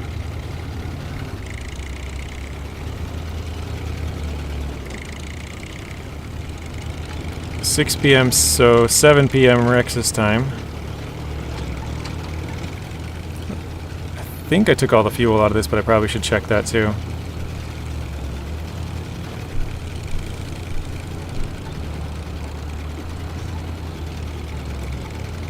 Also in the Discord in the schedule area. In front of... Oh, in front, 1965, The Cage, original pilot was released for Star Trek. Captain in the original Star Trek pilot, excuse me. The Cage was Captain Christopher Pike, played Jeffrey Hunter. That is all gibberish to me. I don't know any of those people, or I mean, I've heard of Star Trek, but that's about the only thing I know in that entire group of words.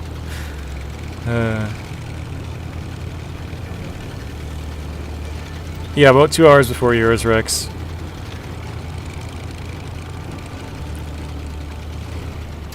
Oh, in February, okay. Let's track this one. What is that one called? Missing machinery. Oh wait, did I not start that? I didn't start the task out here. Downed heavy truck. Did I? Oh wow. Okay, I guess I won't be turning that one in. That is another rip.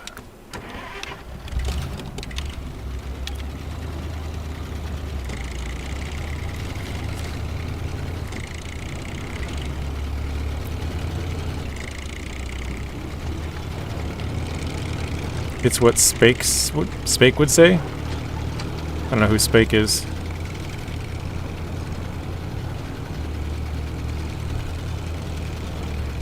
You watched me do it with the 6x6? I swear I started it, didn't I?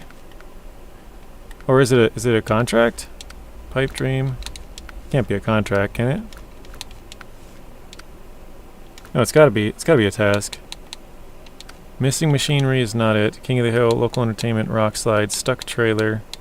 Yeah, I guess I didn't start it. Downed heavy truck never got started. Oop.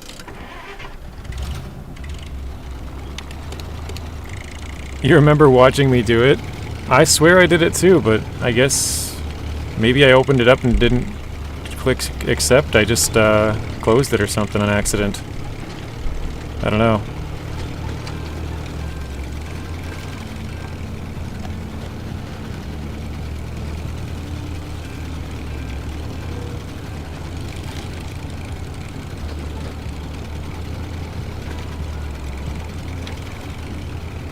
You are always will be my friend Jim Spock.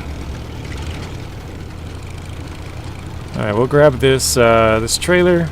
And then we'll make our way back. I don't know, I might do the contest. I feel like I could probably do that contest. But I probably should wait because you only have a couple of attempts.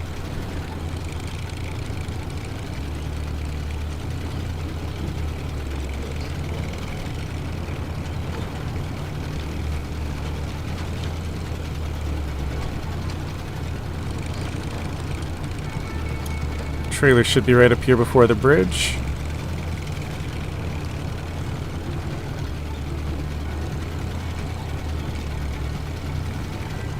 Here we go.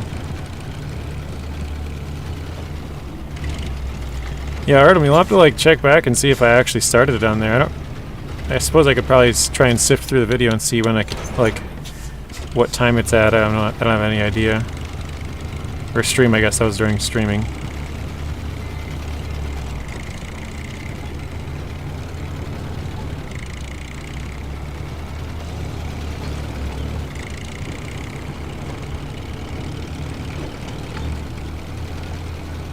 I can, but I need to go right now. See you later, Artem. Have a good rest of your day. Thanks for stopping in as always.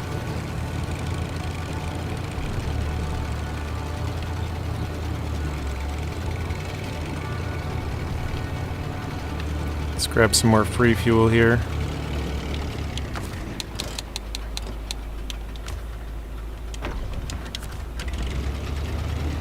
I just remembered another thing I actually have to save up for too is the crocodile to move that trailer.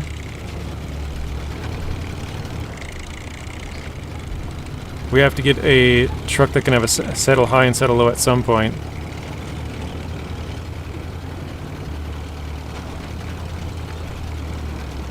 I think it's like 30,000 or so.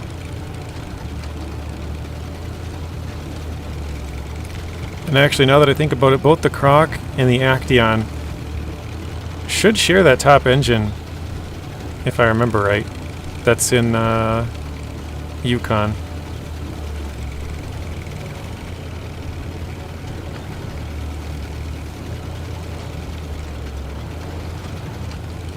Baby Zix.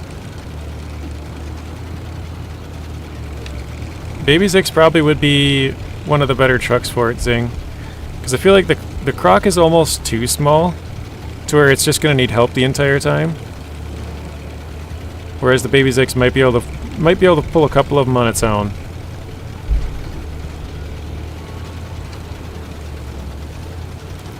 Sucks till you get the Tamir upgrades, but it can do saddle low with a crane.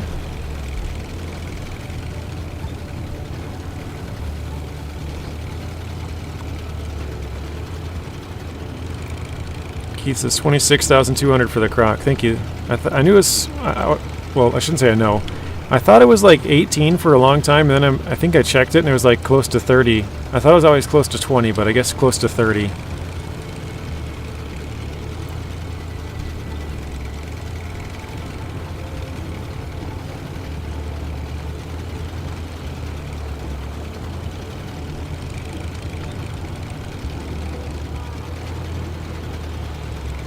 Speaking of crocodiles, there's a group of crocodiles in Indonesia that have learned to act like drowning humans and trick people to come into the water to eat them. Really? That is crazy.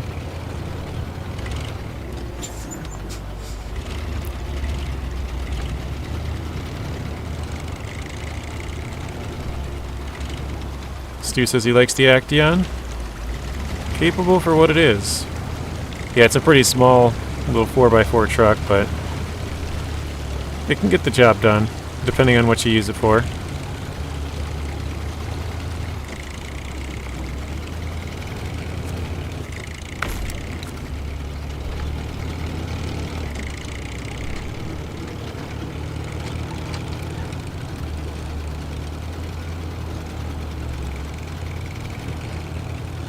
Alright, there should be a couple of easy ones to knock out here.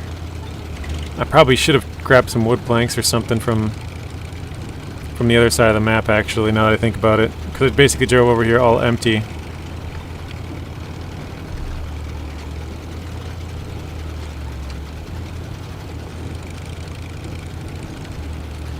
I know one of the trailers we gotta grab is just off to the left here, we gotta tip it over. I think we might need a metal beam. Let's check. So we got rock slide, metal beam, and spare parts. So yeah, the spare parts we can get over here. Metal beam we'll have to grab from the warehouse right here. So I'm going to detach my trailer. See if I can use this light pole here to maybe tip this trailer over. Ooh, I actually don't want to get stuck in there, though. I was going to park it right between the truck and the crane, but that would probably get stuck. Let's go right here. Oh, wait, no, I don't want that. Let's attach to here. Oh, that's not good. I can't pull from the middle, huh?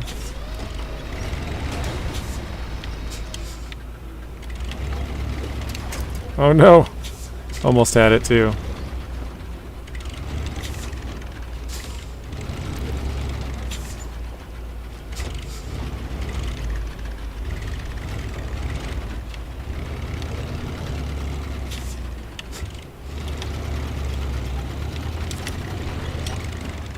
There we go. So we got a service spare part and some bricks. If you're wondering why we tipped the trailer over, it's just because we don't have a truck to attach to it. We could bring the F750 here, or the burlak. Both of those could attach to the bigger ones, but we don't currently have any here. And again, we do have the money. We could bring one. But that's about it. We only have $4,300, so not very much.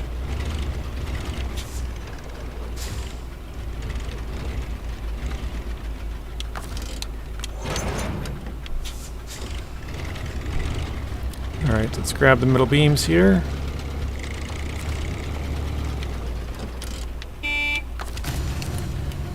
Ah, I meant to open my crane legs.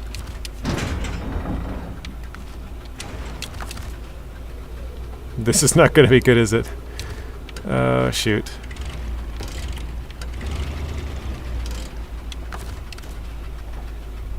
Let's detach the trailer, maybe.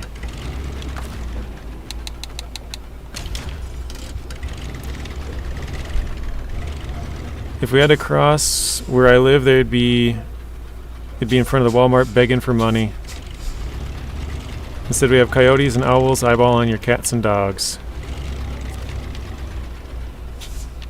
Actually, hang on. What if I do this? Trying to text with alligator arms. Alligator arms is a funny term. I know what it means, but it's just kind of funny. I was about to say, what do you mean there's no attachment points?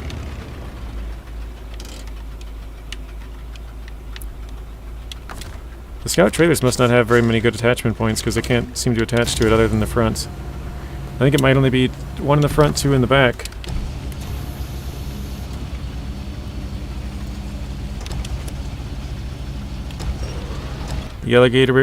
The alligator should be America's national animal. It's way cooler. You know, a while ago we were talking about national animals, right? Did you guys know our national animal wasn't the eagle? Until like just a couple weeks back. We actually didn't have a national animal. Or not officially declared until like just a couple weeks ago. Biden did it. All this time, talk of the eagle, it was never actually our national animal until just a few weeks back. Is that not weird?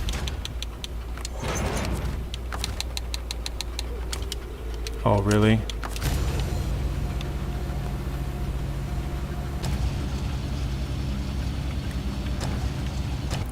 I read the headline and I immediately thought of our chat because we talked about it just a couple of days or a couple of weeks earlier. And I was like, what, really? I mean, I guess everybody just assumed it was, including myself.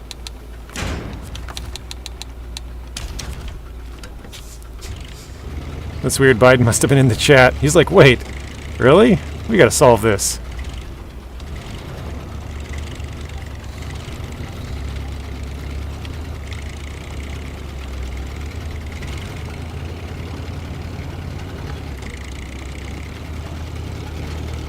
I should have gone the other way.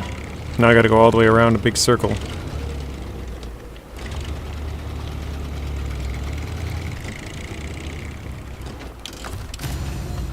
I think everybody just assumed that our national animal was the eagle. Including myself. Nobody ever really checked.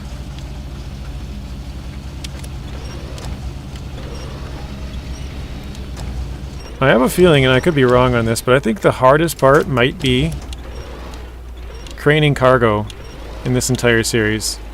Trying to get it so it doesn't tip our trucks over.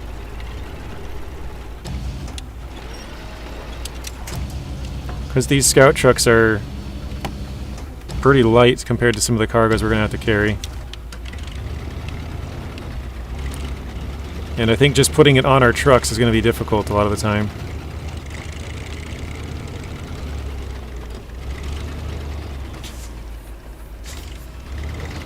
Bidenosaurus Rex. I don't think Rex would like to be associated with Biden.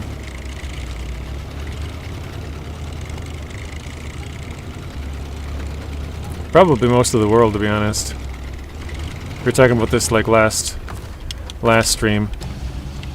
You guys like to laugh at the US for all kinds of weird stuff. Yeah, no steering. I gotta probably put it on the front maybe and see if that helps to hold it down because we don't have enough weight. Oh, really, it's turned all the way.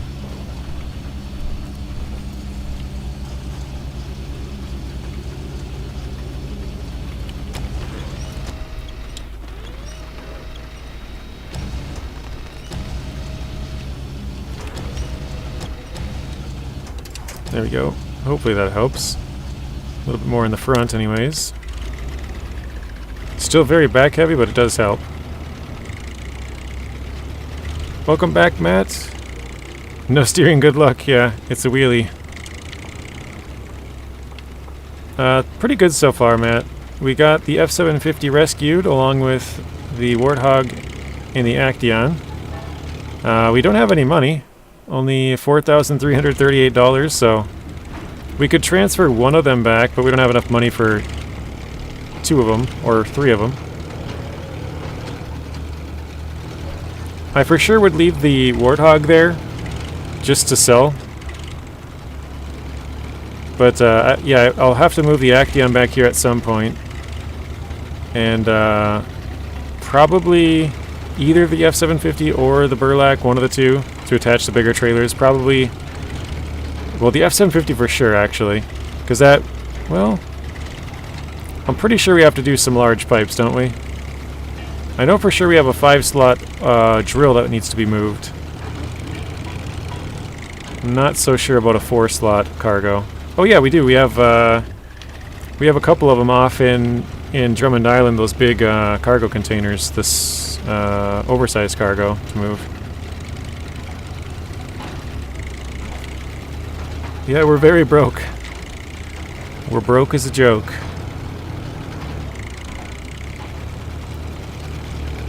Feeling relieved? That's good. That was my trip. My stomach hurt.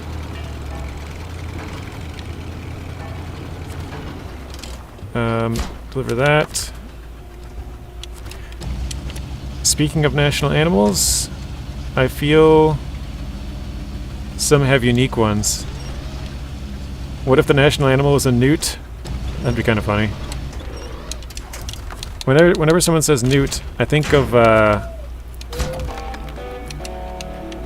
what was that movie with that one girl whose, like, parents... Matilda. I'm sure you guys immediately knew exactly what movie I was talking about when I said that one girl. Okay. So there's a stuck trailer we could probably try and go get, but that's not going to be a very good one.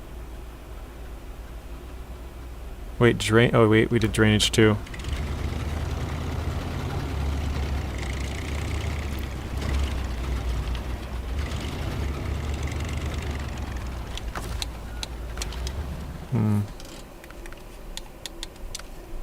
Yeah, King of the Hill, we can't do that immediately. We could probably try and go get these 4. Local entertainment, curtain side, that's the one we were just looking at. 2 spare parts. This is why I should have grabbed spare parts, because, yeah, we'd have to go all the way back over there. And some wood planks. Yeah, we'll do the fuel trailer eventually. Curtain side trailer. Oh, is this the one that's over here? I think that is. Yeah, it is. Okay, we can grab that. Might want to snorkel for local entertainment.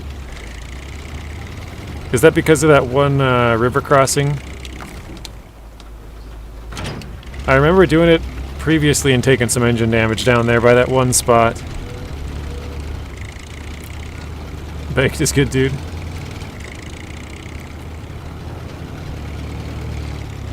Yeah, if I remember right last time, I think I backed into that spot. That's the one by the river you're talking about. Or sci-fi horror. Just a term for saying baked out of my gourd. Wait, did I did miss the wrong turn. It's through the rocks here. Okay, well. Activate fish mode.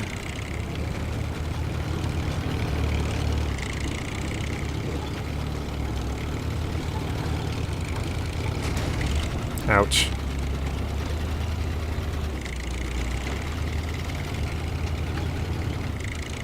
Selfang going in for the heist. Good luck. That was pretty cool the other day. We had like 14 people join the heist like 2 or 3 times.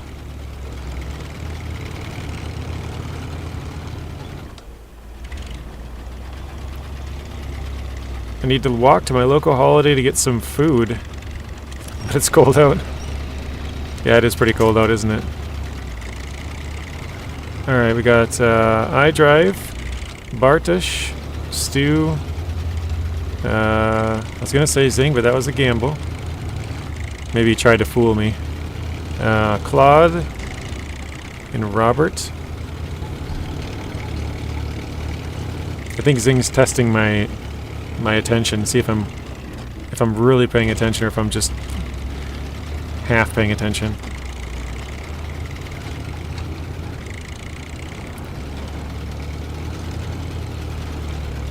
Ah, shoot, I forgot I can't attach to this one. I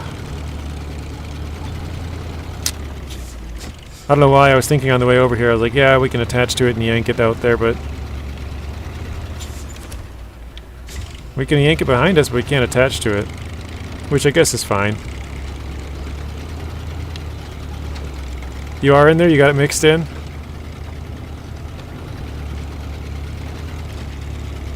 Oh, you were at the top. I see. Then you got the gamble in. I completely missed yours, Zing. You were like the first one right after Southbank started it. Totally missed that. So I guess I'm not paying attention, and you got me. You can't attach? That's crazy. Yeah, this is one of the trailers that's big. It's you gotta have the I was gonna say Lodestar for some reason. You gotta have the either one of the Earth Roamers, the LTI or SX, or the Burlak or the F750. This one sadly can't attach. Lodestar's overqualified for truck trailers. No worries, JJ. You have to focus on your driving. Where are you, by the way? This is Michigan. This is the north part of the first map of Michigan. Rip. Okay, so we got iDrive, Southfang, Bartish, and Claude. Actually, a pretty decent number lost that one, didn't they?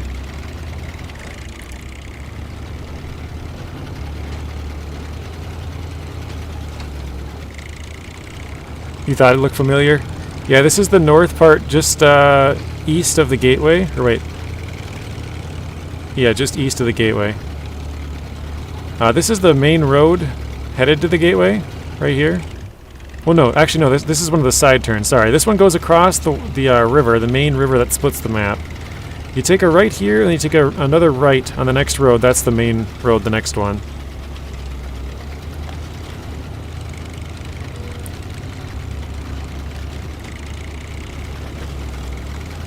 You're making so much again, Claude? Very nice.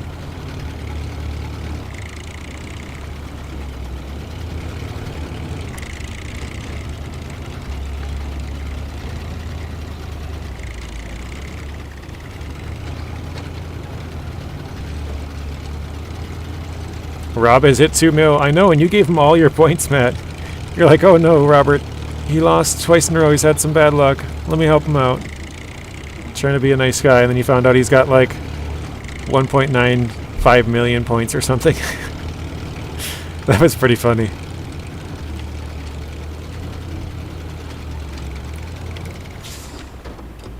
Alright. Back to the motel. Be charitable. Help your local billionaires. Only the local ones, though. You don't want to be helping billionaires across the world. It's got to be your local business. Local billionaires.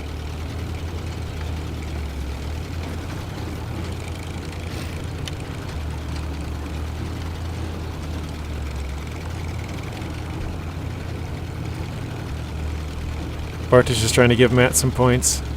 I don't know. I think it... I always forget. Oh, there you go. It gave them to him. I was like, I always forget how it works. How long before Elon sells cologne called Elon's Musk? He should. He's got much bigger fish to fry, but he should. That'd be funny.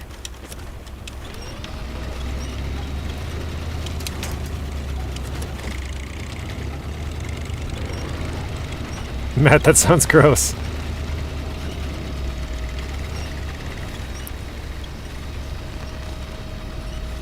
Yeah, probably all the men would buy it because I think it'd make them rich, and all the ladies would be like, "No, you're stupid.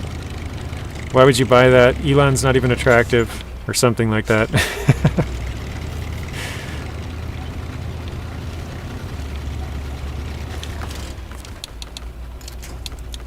Actually, no, they probably would say he's attractive because he got all that money. I lied.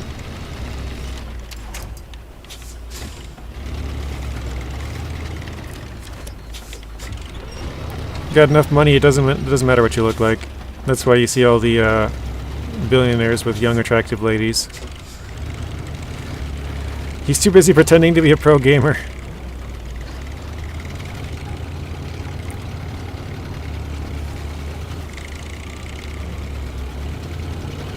You're right. It's what he's probably saying after leaving the toilet. Yeah.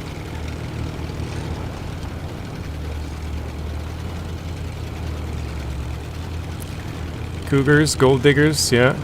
Same thing. Well, I guess not exactly, but could be. Could be crossover.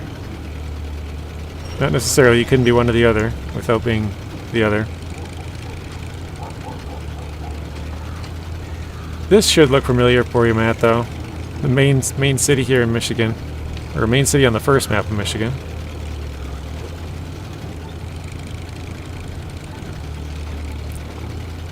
So the latest controversy of Musk is he claimed to be in the top 8 in the world of Path of Exile characters while streaming showed he had no idea how to play the game. Yeah, I think I saw a headline for it actually. I think it might have been this morning.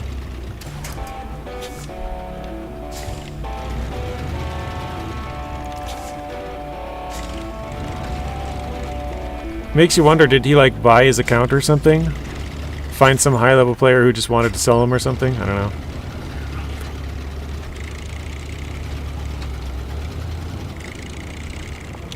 Alright, I gotta go back and get my trailer, I guess, at the very least. But I don't have too much fuel. Memories, played Michigan like 16 times. Money equals attraction for men. Yeah, exactly. You got money, ladies will find you attractive. Money equals security. Or luxury, I guess, for the gold digger side.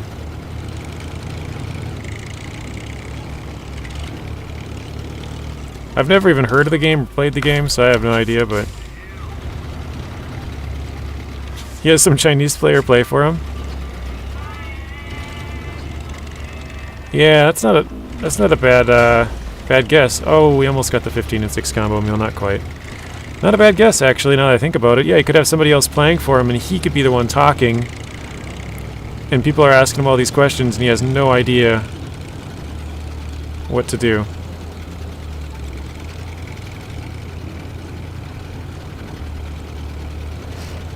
Edison Motors is pulling the rug out from under Elon. Building logging trucks in Canada and getting a contact with Scania to build plows for him. Nice.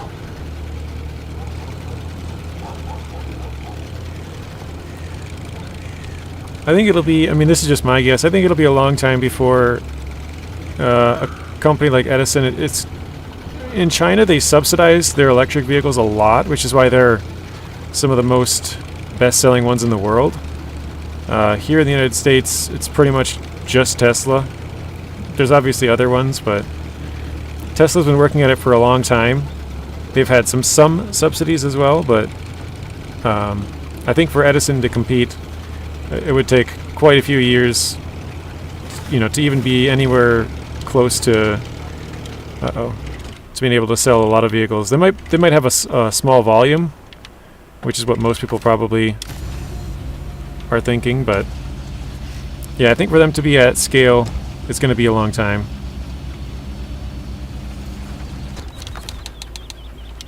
Oops, I thought I hit restore crane, I didn't quite get that. They're building conversion kits to turn your truck into diesel, or pickup truck into diesel electric, sorry.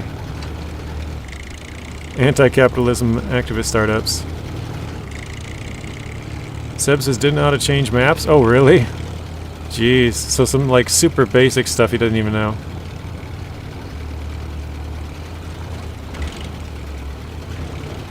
Singh says I just dropped a video, a hilarious video in JJ's Discord. Everybody laugh it up before he reacts.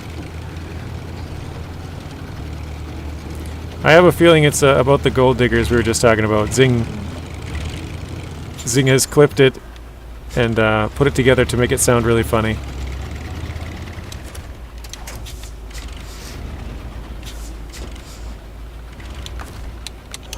There we go. The best thing is they've given new life into trucks famous on SnowRunner. Who, Edison? With the electric side of things.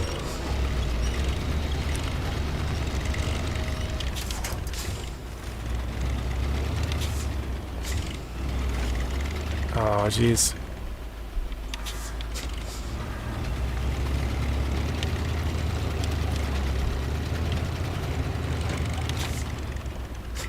Nope, it's a real life version of you playing SnowRunner. Okay. I thought it was gonna be something I said and you just clipped it a couple of times and a couple of cuts here and there made it sound really funny or really bad, one or the other. Edison won a $500,000 grant for 10 new trucks. They're doing pretty well. Yeah, 500,000 is a lot of money, but I'm just saying on the scale, like, you know, it's kind of like when you look at some of the biggest companies in the world, like the amount of money that they're turning over is like craziness. So like $500,000 would help a small company, but to get to that scale where they need to be profitable, they're probably a long ways out. I mean, think about how long it's been for Elon since he took over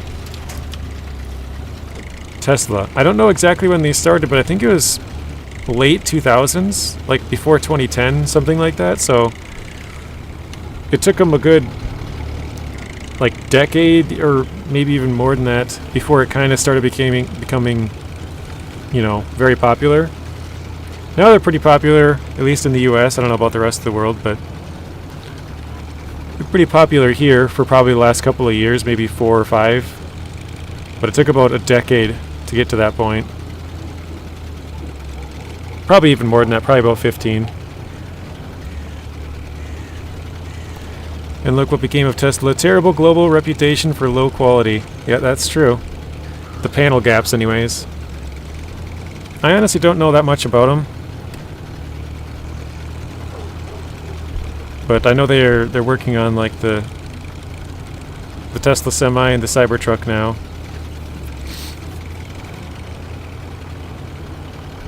Alright, we could go get some wood planks. Deliver those real quick. I think we'll head that direction.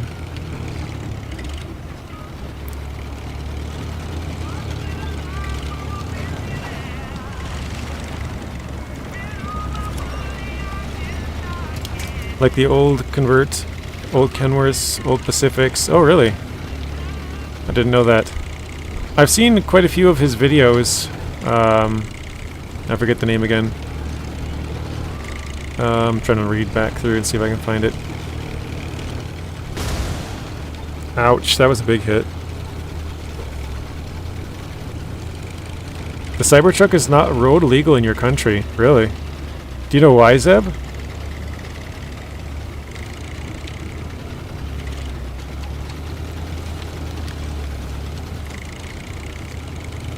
Oh, Edison Motors, that's the name. I've seen quite a few of his videos on YouTube.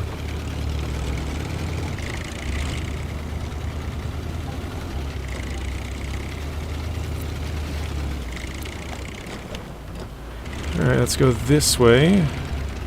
Zeb must live in a civilized country then.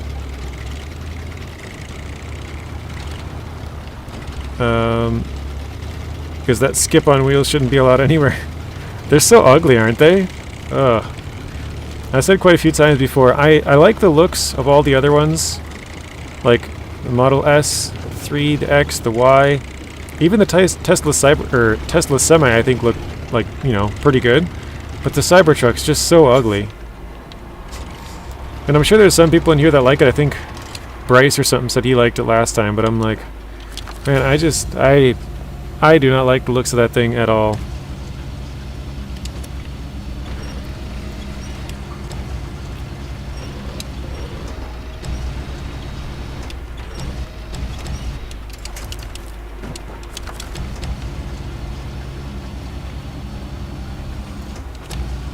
You must have an amazing car collection.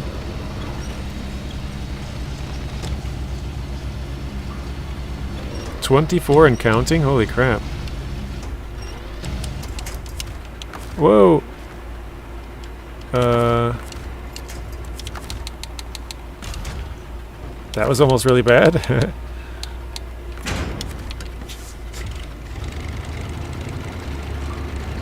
Are you secretly a gold miner from Alaska who spends his off-season restoring cars?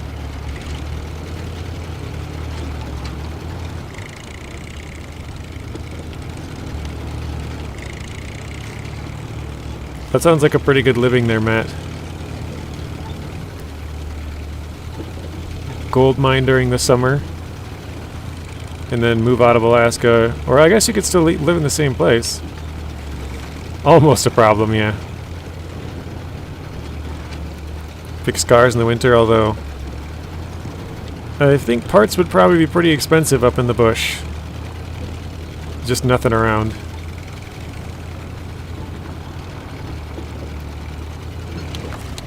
Alright, I gotta stop this. Where are we going with this? Here we go.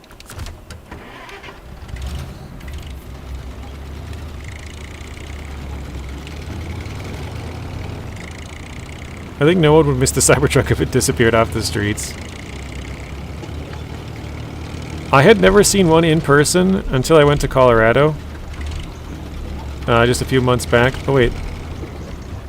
Do we have multiple spare parts on here? It looks like we do. Oops.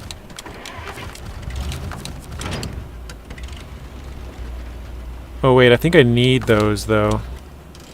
1 second. Oh, I haven't started it. Hang on. I'm gonna jump to the garage here quick. Ah. Actually, this truck's really broken up, isn't it? This thing might barely move. I guess I can't really tell unless I leave. Yeah, it's super broken up. I think I need spare parts to fix this. So I probably shouldn't use those spare parts.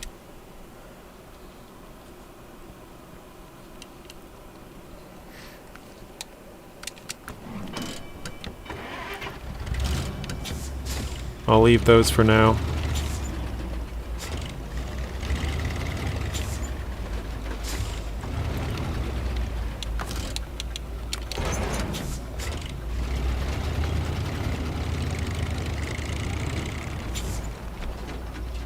Stu says, yeah, the C10 and all the numbers are matching. There's no Cybertruck in the game because it would just get lobbed off a cliff and abandoned. Oh, what I was going to say is, yeah, I'd never seen a Cybertruck in person until I went to Colorado, and I saw a full semi-trailer full of them. I know I said full twice there, but I saw a semi-trailer full of them. There was probably like 6 or something. And then obviously I saw a couple of them on the road as well. So I probably saw like 10 of them total. I'm like, I just shake my head every time I see him, like, who would drive this thing?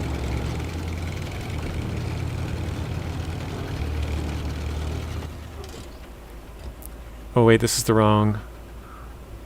That's the wrong area. Okay.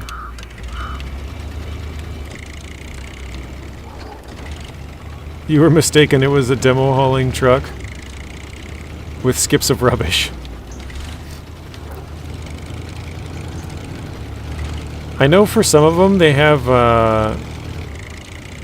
like the Tesla semi carrying a bunch of Tesla Cybertrucks. Uh-oh. Oh, we're good. Okay. I've seen that dumb truck in PA. Because there's a dealership. It's ugly. Yeah, they're pretty ugly trucks. I think... I could be wrong on this, but... I think they have a lot more, like, subsidies from the local government in Colorado or something. Because they were super popular. Not just the Cybertruck, but like Tesla in general. They were all over the place. But I guess, I don't know, they're a little bit here, but I also live in the middle of nowhere, so maybe that's part of the reason I don't really go to the cities, the big cities around here. But yeah, they were like all over the place, so I was kind of surprised.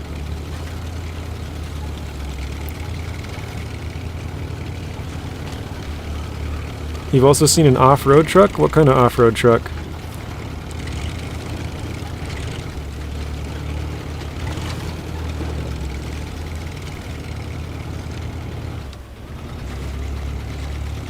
Pepsi doesn't like Tesla trucks. That's funny.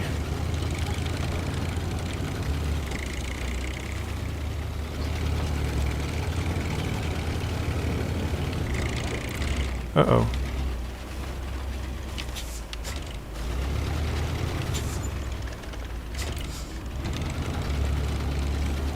Yeah, I don't even want to ask who likes the Cybertruck, because last time I asked, it was like one person. They're meant for Mars?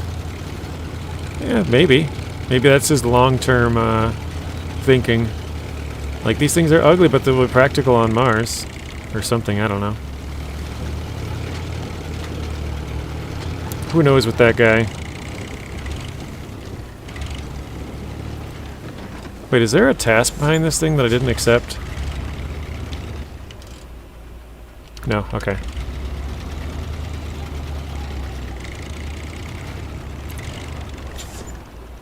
I forgot to track it though. Oh, that's where I gotta bring it? Okay. Yeah, I don't mind the looks of all the other Tesla vehicles. It's just that one. I think the Tesla Roadster looks fine. I think the S3, X, and Y all look fine. It's literally just the Cybertruck that I think looks super ugly.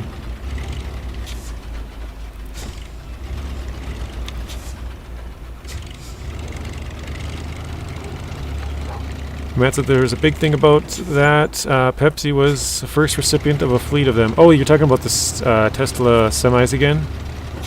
80% of them broke within 6 months. That would, but also would not be surprising, because obviously they're the first group of them, right? Like it's sort of like when whenever a console comes out, people are always like skeptical, like I'll let everyone else buy it and work out the bugs, then I'll get it. Kind of the same thing, like yeah, we'll let Pepsi drive all the new Tesla semis, then we'll get it once they've kind of figured it out. So I'm kind of surprised, but also not surprised. Come on.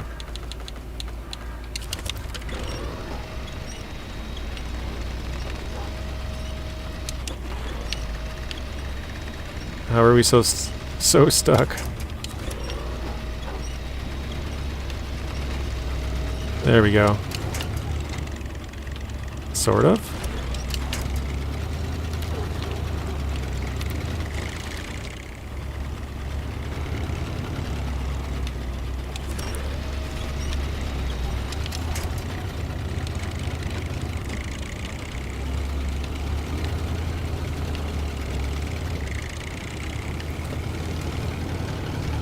Put its twin stick Detroit in a Tesla semi.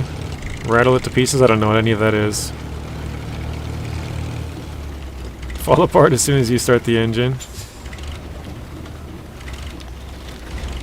Oop.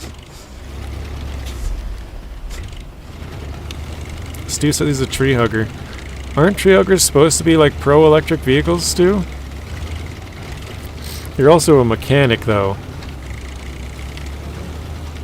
And it's like loves oil, right? You like the old engines and this and that.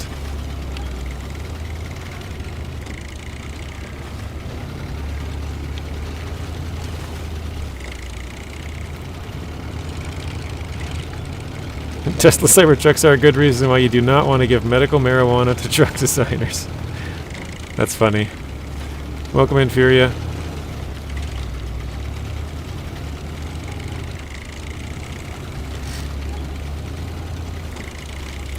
Blaine says, you know all Teslas are ugly. I don't think so. I think the rest of them look fine. It's literally, for, at least in my mind, it's just that one. The Cybertruck, it just looks stupid.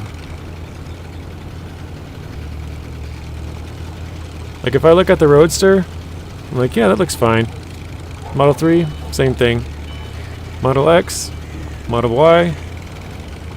Which one did I miss? Oh, the Model 3, I think? I don't know.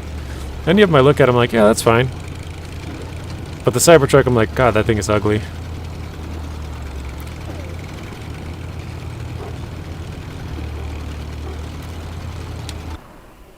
We are at $830 and $7,000.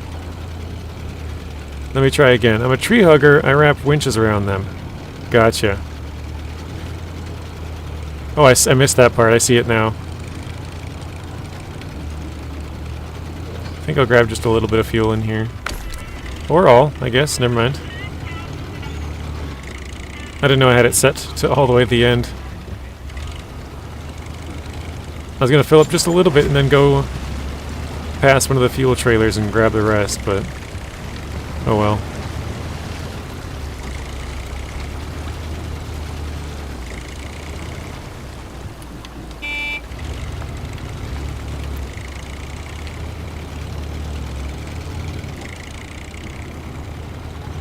So other than Edison motors, is there any other vehicles that you guys think are electric vehicles I should say, think are like going to be cool or whatever you want to say? Because I know, like I said, China is the #1, at least right now. I think BYD is the name or something like that. That they produce a lot of electric vehicles. But that's like the only other one that I can really think of. I know there's other like startups, Rivian, Lucid. I'm sure there's. I know Polestar used to be one. I don't know if that's still a thing. But has a ski compartment. Yeah, the Rivians I think do look pretty cool. I don't know how useful those are either. You know, just electric vehicles in general. But that's kind of why I was asking, just because I don't know if people would actually use them. Whoa.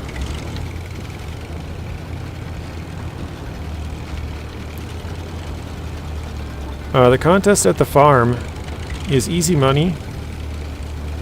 The truck you're driving now is a rocket, just change the tires. I don't know.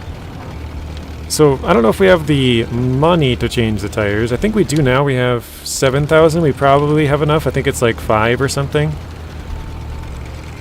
The only other issue with that is I don't know if... Well, we definitely do not have the suspension upgrade.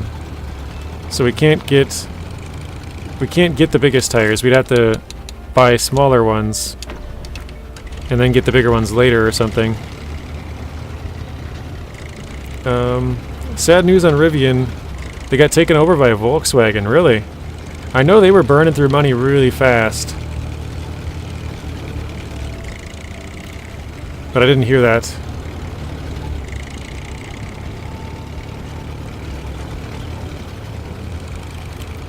As long as you make it in like 6 minutes, you'll still get the whole reward.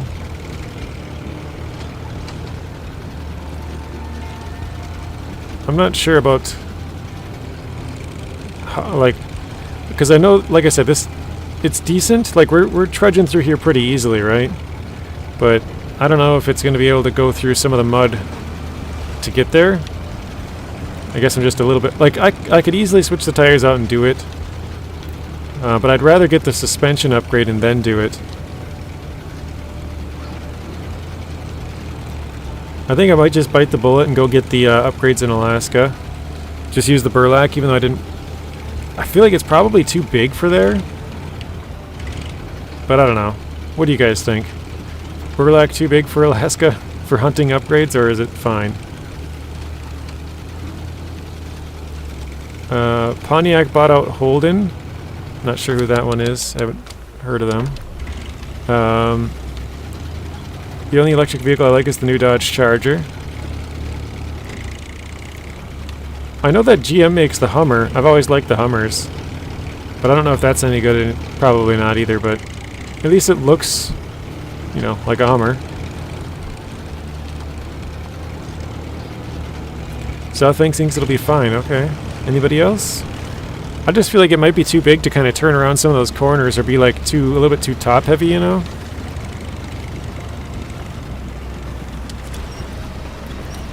I hear Tesla owners get sick of charging constantly, becomes the biggest pain in the butt. Yeah, it probably depends how far you have to go. Because, you know, you could fuel up a tank of gas and drive into the, like, you know, a big city maybe an hour or two away. Maybe you have to fill up once a week or something. I don't know how long that would really last, but if you're driving to test the car, maybe you have to charge it every day after use or something, you know. I really don't know the ins and outs, but I could see how that would be a pain point, having to constantly charge it instead of, you know, once a week or so run to the fuel station. But if you don't live very far, it could also be a big benefit, because you could drive, say, 15 minutes to work or whatever it'd be, get home, plug your car back in, every day you leave it's, you know, fully charged. They say it becomes torture. Come on, let me grab that. There we go. Does anyone know when the new trucks will be available on Switch? Yeah, I don't know either. It's been over a month now, hasn't it? I think it was like the 2nd of December when it came out. Hey Alfredo, welcome in.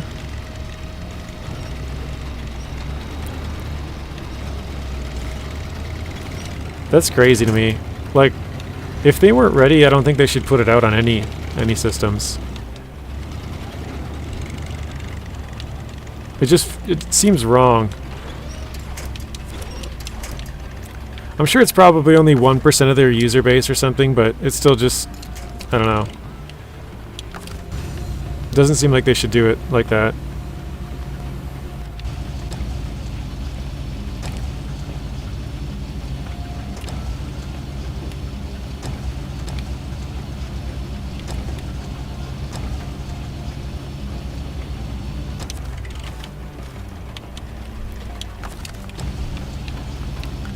It's not fair. It just seems like a bad business decision, too.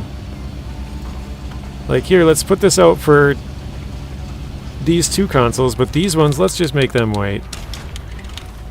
They're probably not making them wait on purpose, but it just seems like if you weren't ready for everybody, why would you put it out? It doesn't make sense in my head.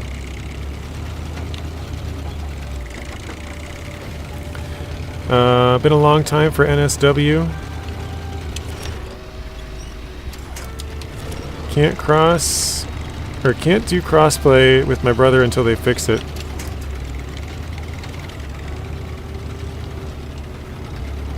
Like Microsoft Flight Sim 2024. NSW's Nintendo Switch. Okay, I was about to ask, I'm like, I don't know what that is.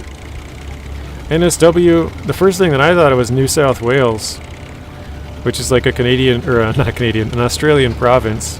I'm like, I don't know what else that means.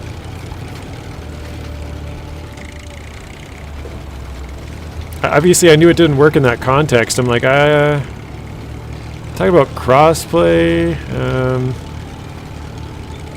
it just didn't fit.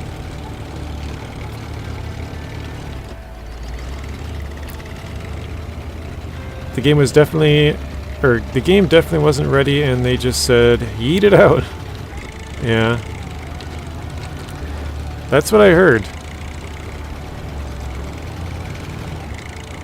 I know Matt plays it. I know Tank got a refund on his. Those are the only 2 people I know that play it. Ouch.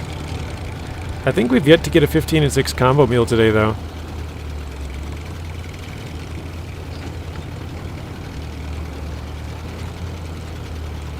Sorry, I should have stated it better. No, you're good.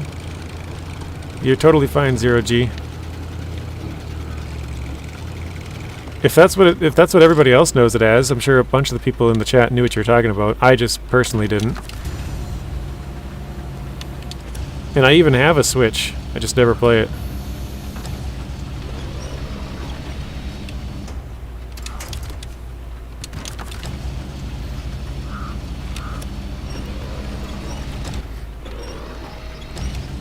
Alfredo says, "What's up?" Not much, Alfredo. How are you with the, how's the wildfires going down there?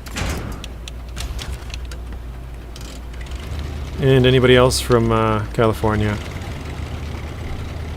Sometimes I don't bother as the load time takes ages.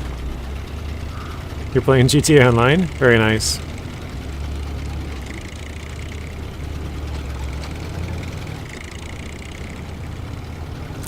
Does it look like this? The screen's all orange. Los Angeles is like orange. There is no Los Angeles. The only one that I keep hearing about is the Pacific Palisades, which I'd never heard of that until about a week ago once that fire started. Apparently that's a really rich area there. Like all the houses are like $7 to $150 million or something. 7,000 homes gone. Isn't that crazy? Apparently they're supposed to have a like 117 million gallon water reservoir there, but they drained it for some maintenance, and it's been drained for months, and there's like nobody there working on it. So it's like, was it really drained for maintenance, or did they drain it and just try and save some money to fix some, you know, it doesn't make sense why they would drain it and then not fix it, because there's nobody there working on it. Mel Blanc's house burned down. Yeah, I've seen, like I said, I've seen a lot of them. I know Jessica Simpson's house burnt down. That was just one that I saw this morning. There's a Tom Hanks. Yeah, I saw that. I think I saw that one either last night or this morning as well. There's a bunch of them. Mel Gibson. Yeah, I saw that one too.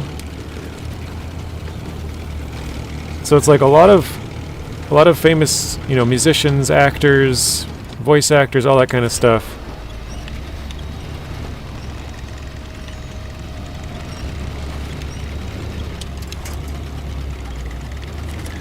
A YouTuber for tech reviews showed himself going back to his house. It was all gone.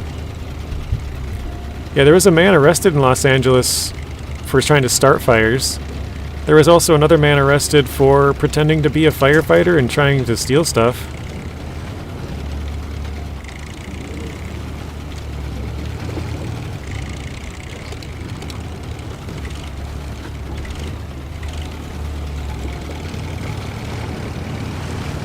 There's some amazing footage of the water bombers in action. There was one that happened on like live TV. They were talking about putting out the fire behind this like reporter, and a plane came over and just all the fire was immediately gone. Like you saw all the water fall down, and then it was just gone. It was like, dang, that dude nailed it. Got it right on. There's also somewhere people fly over with that big fire retardant, and it just lands right on like people down on the ground trying to, you know, operate and put out the fires.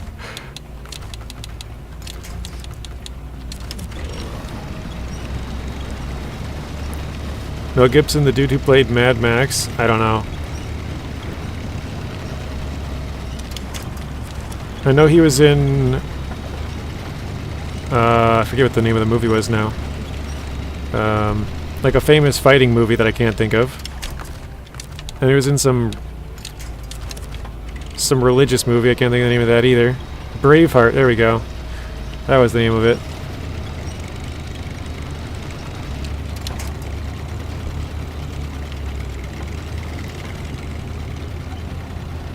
Alfredo says Rocky? Was he in Rocky? I don't think so. I don't know. I've never seen it, I guess. Passion of the Christ, that was it. Director and producer of Hacksaw Ridge. I don't think I've ever heard of that one.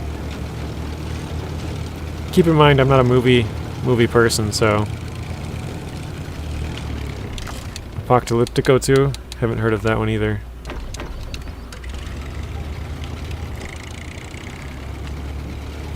Heard about that, Messy. They need to lock that guy up.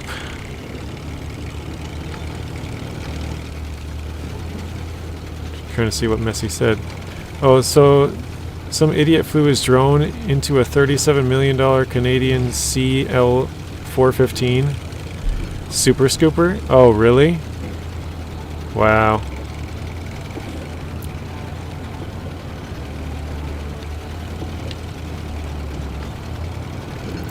Yeah, I remember seeing, I think it was yesterday, but might have been a couple of days back.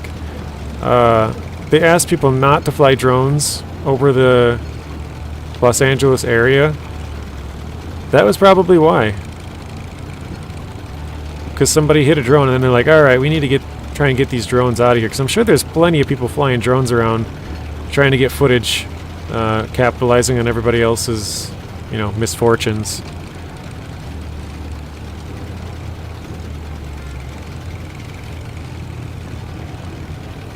Movie Broken Arrow as well. Oh, there we got... Oh, wait. No, that was a 16 and 8. I think. It might have been a 5. It looked like an 8, though.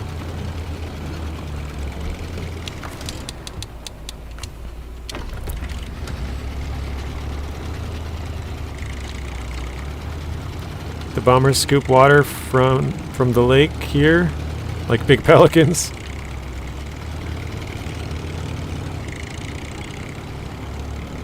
Imagine damaging a $37 million plane. Yeah, that's... I don't know what an average plane costs, but... I feel like they're... Like, I'm talking about like a big normal passenger plane or something. I feel like that's probably more than 37, but still, 37's a ton of money.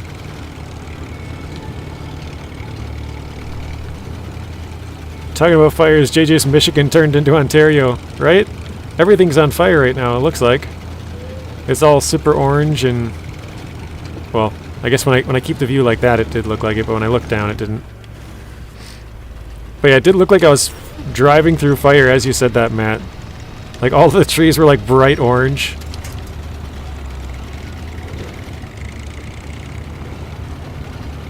That was a perfect timing for that comment.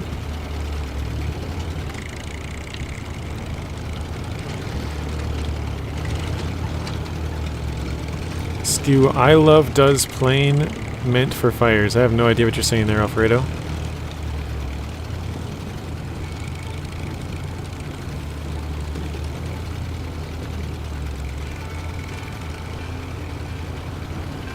It sucks those big scoopers got grounded. They got the fastest turnaround time out of all the fixed-wing bombers.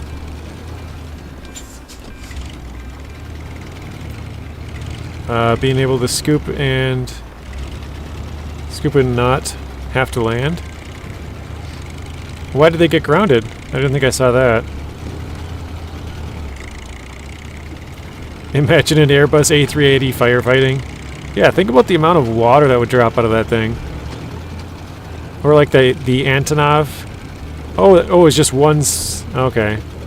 I thought you were talking about multiple ones got grounded from drones. But there was only one that got hit. Or an AC-130.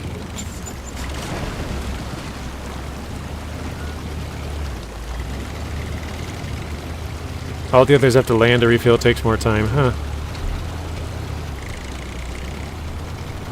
If the Antonov 225, it would flood all of LA. Well, you know what's crazy? Just a year ago, they were having record floods. I don't know if anybody remembers that, but they had like a year's worth of rainfall in like a couple of days, like 2 days or something. Everything was just flooded and... Yeah. Crazy how things change. Last year was way too much water, and then this year there's no water at all. And then obviously stuff catches on fire and then can't put out the fire. Oh, now we only talk about planes. Gotcha. Sounds like the big man upstairs ain't too happy with Hollywood. That's funny. Isn't the Antonov the biggest plane right now? I think so. Antonov 225 is what Matt said. I think it's something like that. Flagstaff, Arizona Fire Department responds all over the world. Associated with search and rescue. And they don't F around. Yeah, I've heard they got some planes from different areas coming in and different firefighting units from like Oregon and Arizona and stuff too, so.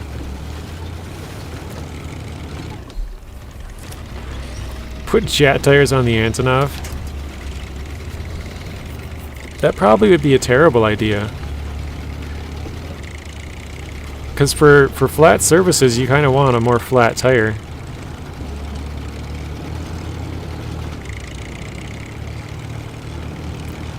Six massive engines. They're going to rebuild it. It was the biggest, weighed 150 tons, could haul an additional 250,000. Oh shit, I missed my turn. Well, I guess we're going towards the gateway and turning around, because I don't want to take this through this swamp. Hey, Whiskey, welcome in. Yeah, the Antonov 225 was destroyed in Ukraine.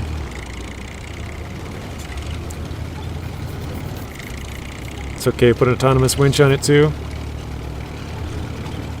Backup airstrikes of water.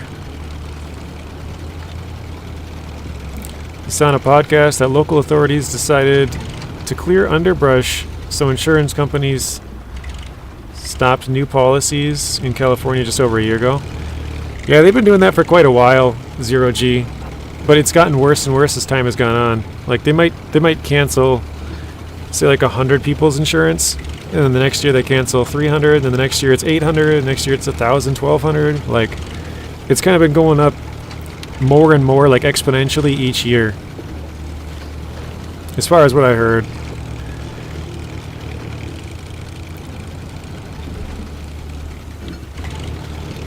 Oh, I think I said clear underbrush to not clear underbrush. Had to reread that. But we got bacon, maple leaves, and donuts from Whiskey. Thank you. Plus there are some fire engines coming from Washington. Okay. Yeah, I heard they're coming from some surrounding states. I don't know if I heard Washington, but I wouldn't be surprised.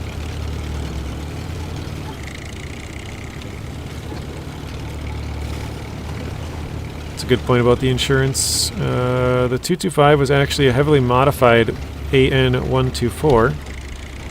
They just made the body longer and reinforced and made the wings bigger. Crazy. Mexico Fire Department? I kind of doubt that, but I mean, it could be possible. I don't know if they have anybody close to the border that would, like a Tijuana or something that's, you know, not too far off. Oh, a different tail as well?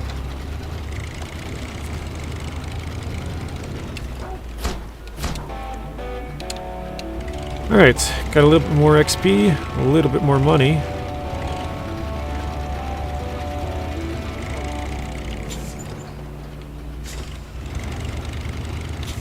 Mexico, our allies, why not? I just feel like they probably don't have the infrastructure as much as we do.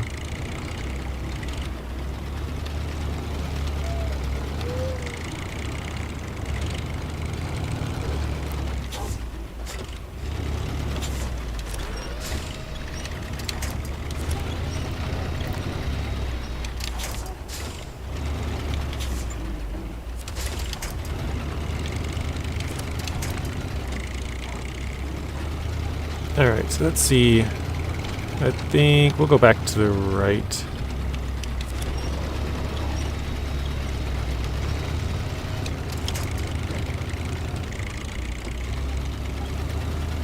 The Soviet shuttle copy that never went to space.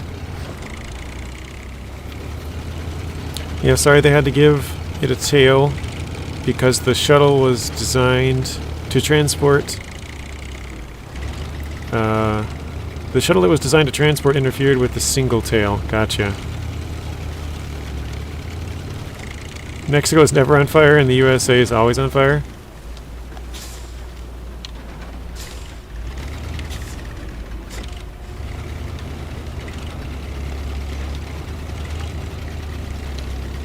I wouldn't be surprised if they sent like firefighters. I don't know if they have a lot of firefighting equipment is more what I was trying to get at.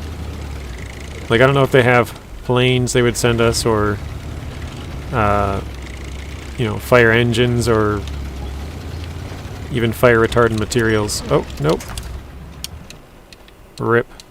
I tried to ride on the top side of that. Alright, I guess we are going to Alaska. That's our only... Well, I guess we do have the Scout, or CK-1500 on the other map, but... Let's get the burlak.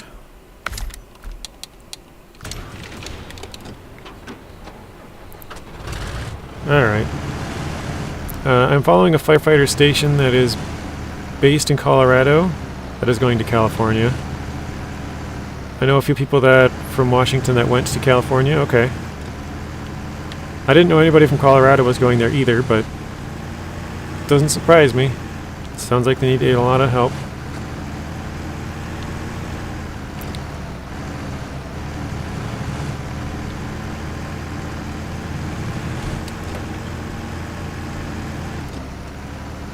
Oh shoot, do I have a lot of extra fuel or no?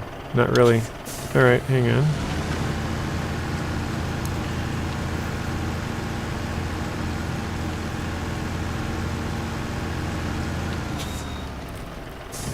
I keep forgetting, like, the first time I go to these maps, it's like, oh yeah, there's gonna be a roadblock up in front of you, you're not gonna be able to go that way.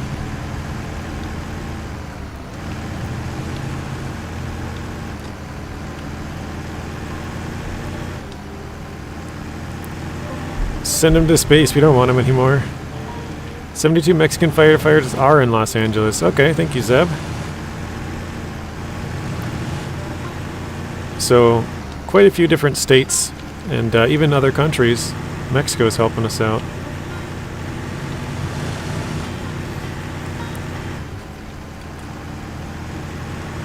A lot of first responders I know are there, even car salesmen. I mean, yeah, it sounds like they need all the bodies they can get, right? So, South Metro Fire and Rescue to be specific. Okay. Matt says big shout out to number 2. Jay's created a wonderful little community here. Thanks to Jay for giving us all our little chill fam. Thank you, Matt. Glad you guys are enjoying it.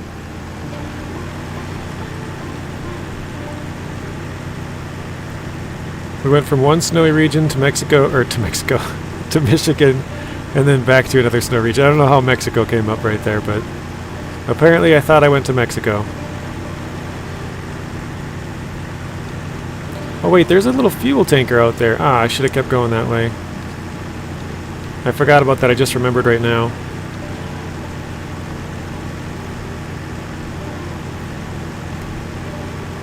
So is Canada. Super Scooper airplanes, okay. Didn't know that. Whiskey. A Mexican region would be interesting. Oh, I was like, wait, where? You should check out Mustard. He has an amazing video series on the Antonov.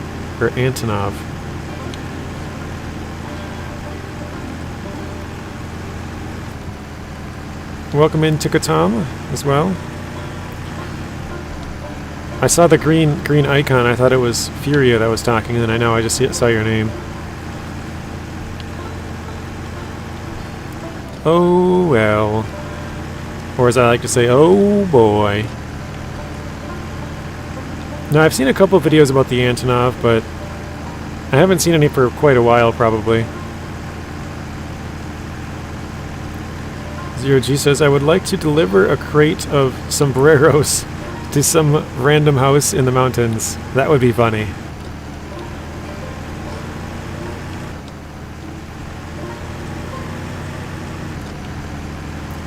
Mustard's a great channel. Is he like... Oh, good aviation videos. I was just going to say, is he like an aviation channel or something? And then you kind of... Not confirmed, but sort of confirmed without confirming that it's an aviation channel with the aviation videos. Same with Dark Skies, okay. I've not heard of that one either.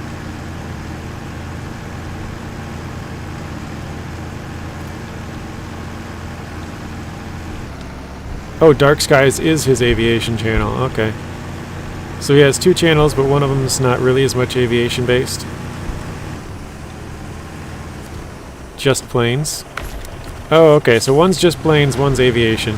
Oh wait, hang on. I gotta grab from this one as well. There we go.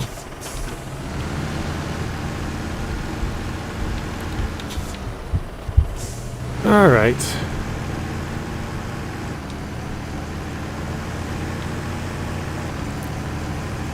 Yeah, I think I'll probably leave the burlak here. I'm not sure. Maybe I'll bring it, but I think we'll leave the burlak here. We'll probably take the F750 and the croc back when we get the money for the, or not the croc, the actaeon back when we get money for that. But we can pick up all the upgrades here. Maybe we can pick up a couple of trucks while we're at it, but that'll probably be a couple of streams in.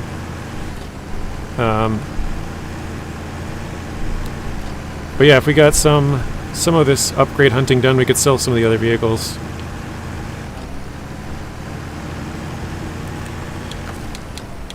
Alright, so I guess I could hit the watchtower while I'm at it. But I think I'm going to go back to the garage and then follow this. There should be an upgrade. I think it's right here. Then we got one. I think it's maybe here. It's somewhere at this low part where it dips down. I don't remember exactly where. Maybe it's down here.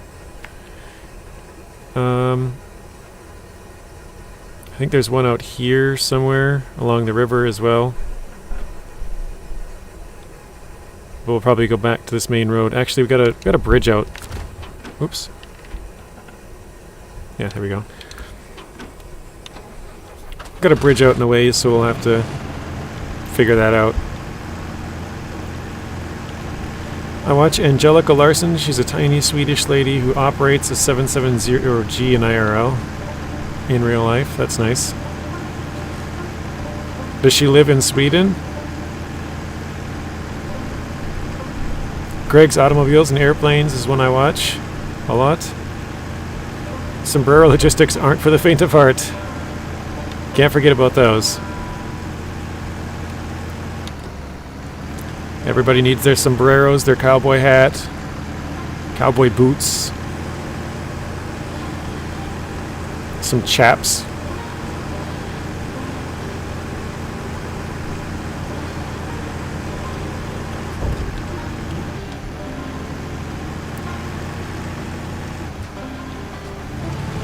Believe it or not, I just started the game last week and I'm loving it.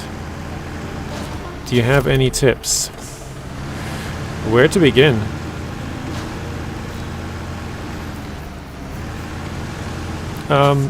So, one of the first things that I would probably say is don't, well, I mean, I guess play how you want, but I know when I first started, I kind of rushed to get some good trucks, and it can make the game feel a little bit more boring. Just because it's basically just hold the trigger and drive, like there's not really as much skill involved. So I would say just don't rush to these, a lot of the big, you know, trucks you're hearing about. Like you'll get them eventually and you'll have a lot of game left once you get them still. So I would just kind of, you know, play it however you want, but try not to rush as much. Let's go left here. I would say probably the biggest thing is your tires. The tires are, if you're driving highway tires versus an all-terrain or an off-road or a mud tire, there's going to be a huge difference. Whereas if you have like a small engine compared to a medium or a large one, you'll see some difference, but the main difference is going to be from your tires. Hey Luke. Luke gave us bacon, maple leafs, and donuts. Nice.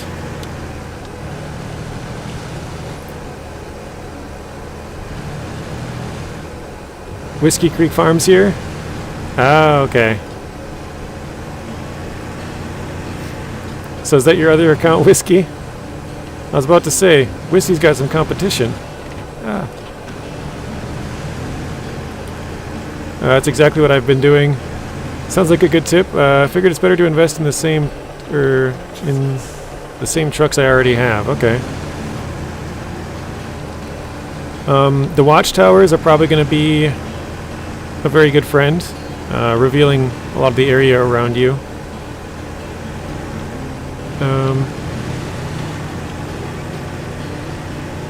Trying to see if I missed anybody else's chat.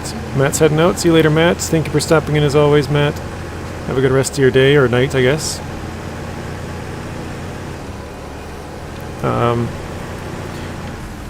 Yeah, there is a Jat tire pack, a DLC pack you can get, which, if I were to recommend any DLC, that would probably be the one that I'd recommend the most, because it applies to a wide range of vehicles. I was going to say wide variety, and I said wide range.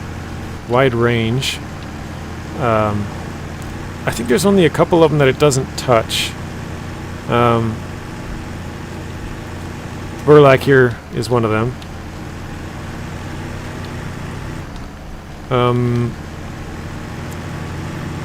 After a while, and maybe this is something you want to get into later, but overloading So the game only allows you to pack a certain number of cargo based on how big your bed is. But if you have a crane, you can unpack it with any truck. But if you have a crane, you can move your cargo around, so you can unpack it. And like for example, spare parts, you can put 3 of them in there sideways, but only 2 can pack in a 2-slot sideboard. So I guess it might be easier to unpack certain things and move them around. Another really big tip is if you have a really heavy cargo, unpacking it probably makes it lighter. Unpacking makes almost every single cargo in the game lighter. So if you're like really struggling on something, just unpack it and you'll probably be able to move a little bit easier. My friend asked me to buy the Zix, but I felt that would be killing the fun. Which Zix? The 605R? Because it would be fun at first, but it would definitely kill the fun after a little bit. I speak from experience on that one. I used to be like, I used to use like 6 of them, like all the time. All right, that's our upgrade.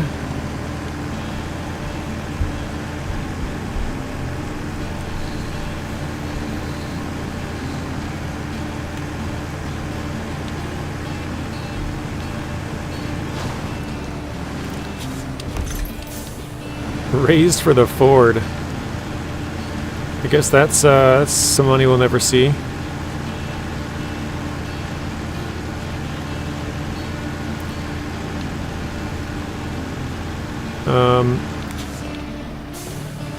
There's a couple of more like niche tips, like you probably won't ever use this one, but if you attach to your trailer from a winch point and then attach to a tree, you can shut off your engine and you'll still be able to pull on that winch. Almost every other time when you shut off your engine, it will turn off, it'll detach your winch. You'll lose the winch. Unless you have an autonomous winch, which there's a few trucks that have that, but well, I should say a few like actual trucks, not scout trucks.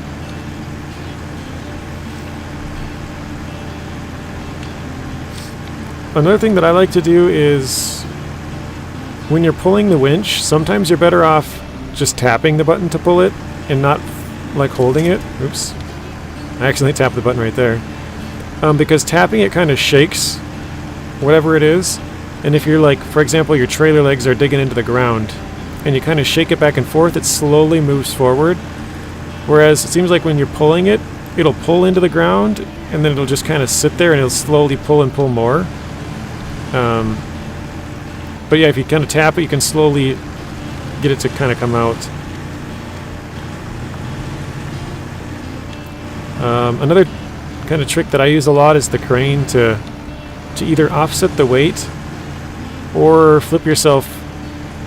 If you're almost flipped over, sometimes you can push the crane button real quick and pop it back over. Actually, my most popular YouTube short is me popping the crane, but it was actually after I had already flipped over. I was trying to flip it back over with my CK and it wasn't working, and then I was able to push it enough to get the crane to work. Yes, the dragging trailer bit helped a lot. Figured that the hard way.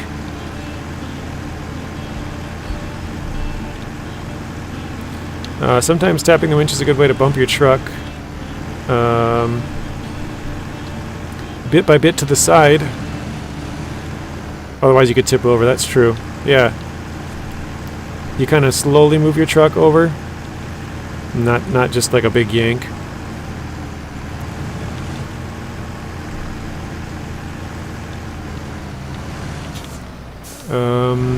If I can drag a trailer with the winch, it seems to be lighter too, like over an icy hill.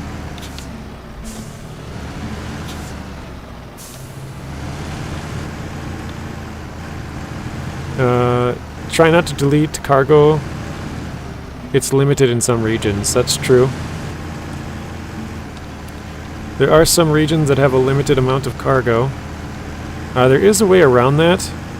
Actually, there's two ways around that, but between the two ways, you can get every region.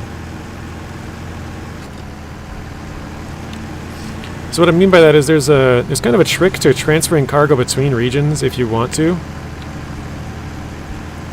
You can basically pack it on your truck, and then, like, say you wanted to bring, I'm trying to think of a good one for Michigan. I don't know, like metal beams.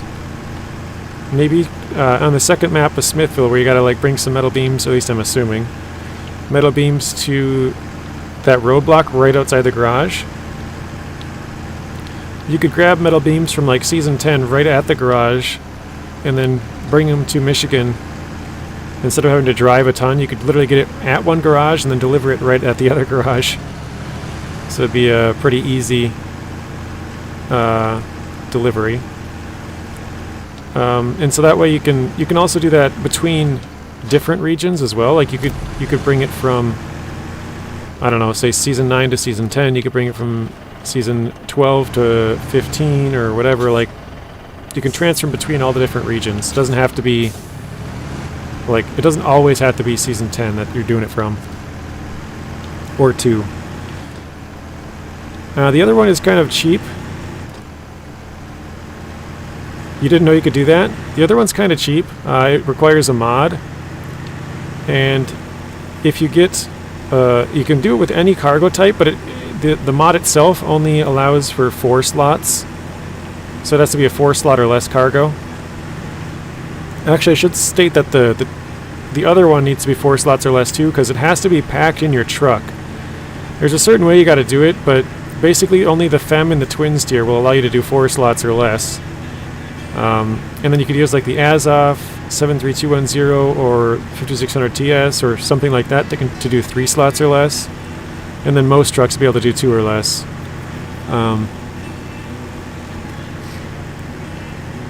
But the other one is you get a mod truck, and this truck basically, it can raise and lower the back part. And if you raise it, I actually think if you lower it,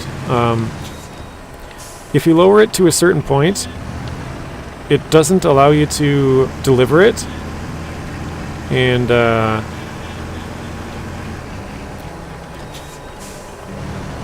what it does is when you deliver the cargo, it doesn't delete it from your truck. Basically, it allows you to deliver it without actually delivering it. And so that's how you can basically duplicate the cargo. You could have one metal roll, and then you could drive it to a certain area and turn it into 1,000 metal rolls if you wanted to. And that works for everything that's 4 slots and under. So you could do that with large pipes, you could do it with small pipes, medium pipes, metal beams, service spare parts, metal rolls, like consumables, wood planks, long planks, medium planks, all kinds of stuff. The Atom is 3 slots.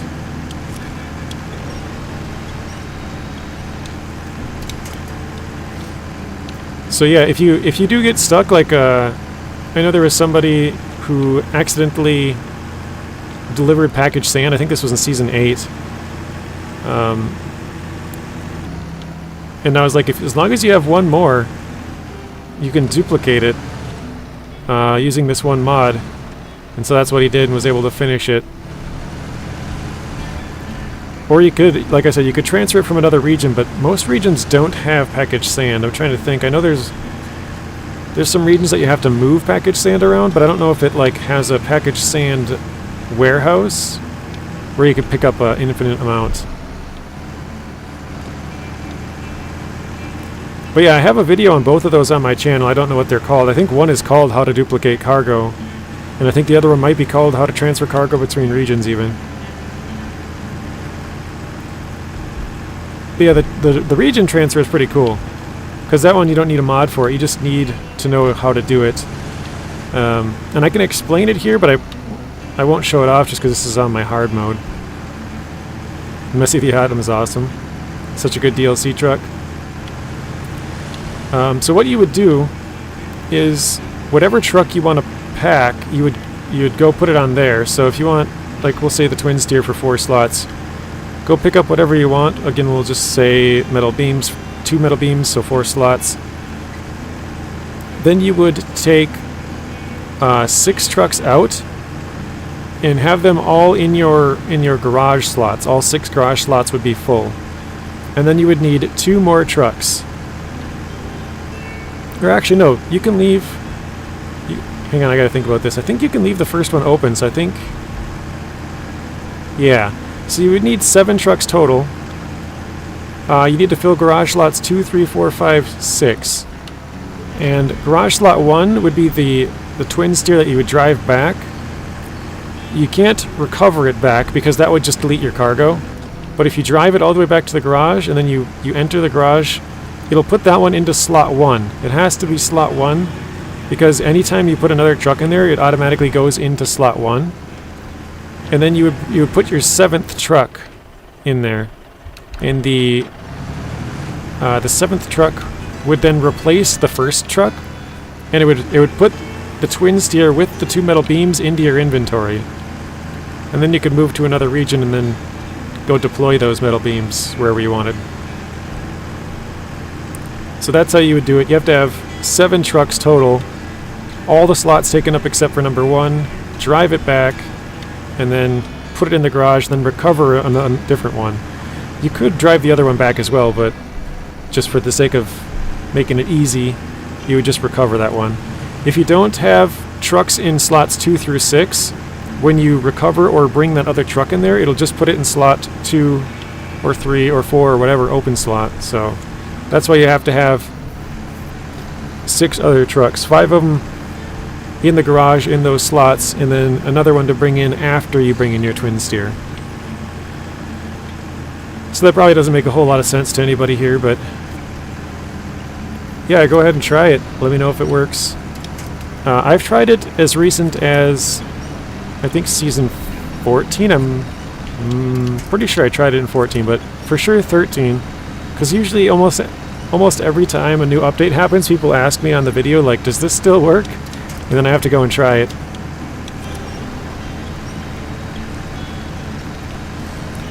Mastodon's too loud for you?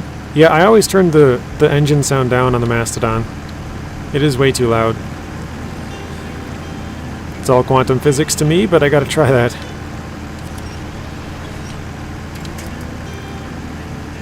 If you want me to show you, I can show you real quick. You did it in Wisconsin, can confirm it still works with the bricks. Okay, so it still works as far as season 14, so... I mean, it's been out for probably 2 years, or at least it's been discovered for probably 2 years now.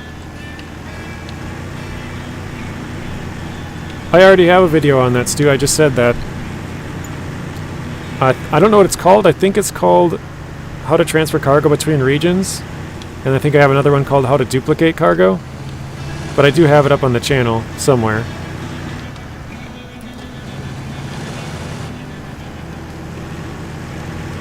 I made it in Season 9, both of the videos, so they're in Ontario. Yeah, look it up, see if... I'm pretty sure I named it something like that, like How to Duplicate Cargo or How to Transfer Cargo Between Regions. Nope, just after the bridge, okay. Yeah, let me know if you can find it. If you can't, I might have to rename it or something.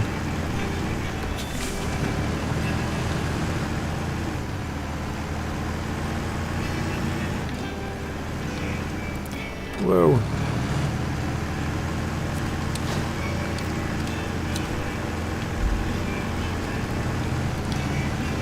I don't know that I've ever bypassed this bridge by going in the water here, so this might be a first for me.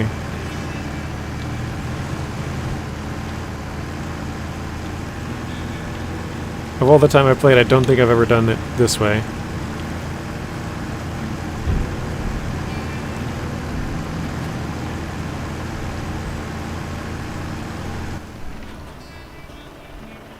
Oh, it's definitely to the right. I thought it was to the left. Alright.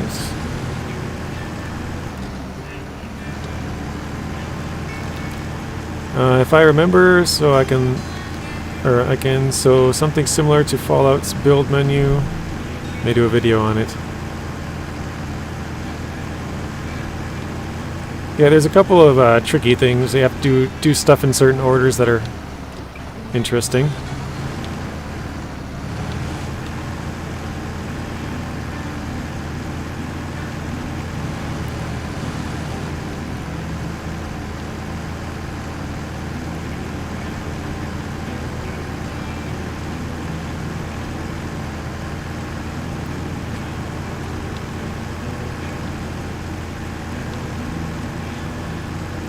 Alright, there should be an engine upgrade around here. I can't remember exactly what trucks it's for. I believe it's for like the A and K and the Freightliners, kind of stuff like that. I can't exactly remember though. If somebody wants to fact check me and correct it, go ahead. Because I really don't know. Waylon, welcome back in.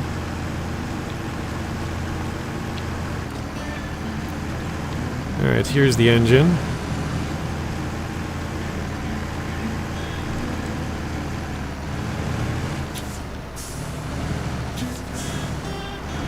I guess we could check right here because when we pick it up we'll find out. Oh wow, a lot of trucks. So Freightliner, Royal BM17, C500. That just reminded me, I don't think I've ever made a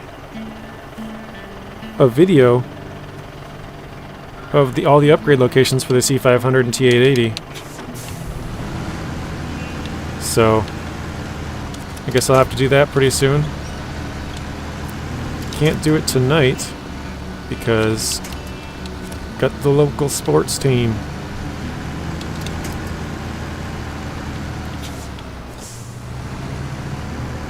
Oh, thank you, Zeb. Zeb put the transferring cargo video here in the chat, so if you guys are interested, Stu, now you don't have to look for it, you can just click on that link. That'll bring you right to it. Zero G says that's a good engine. It is, it's one of the top engines for a lot of those trucks. There's another one on Mountain River, the next map. That's also a good engine for a lot of these trucks.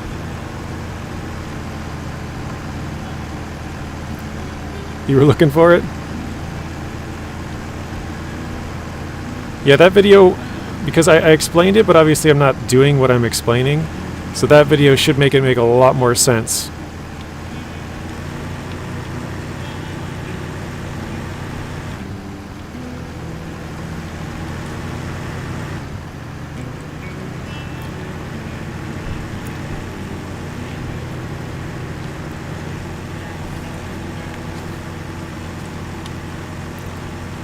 I remember there's a cat engine. Hang on a second.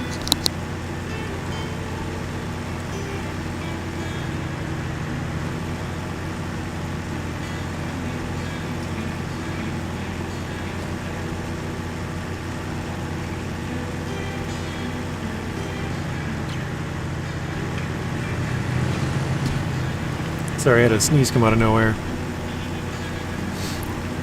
I remember there's a cat engine up here. The CT680.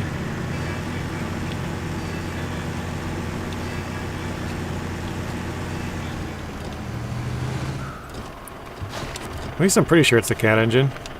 Now I'm thinking about it, I'm like, is it only the cat engine though?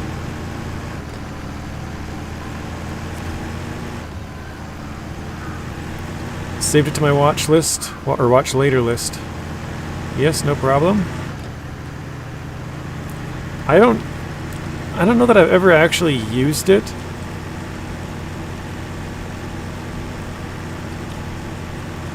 But it's there. You can. I'm sure, like I said, Zing's used it. I'm sure there's other people who have. Would love to see another winter region like Alaska. Yeah, it sounds like Season 15 will be. And it should be somewhat difficult as well.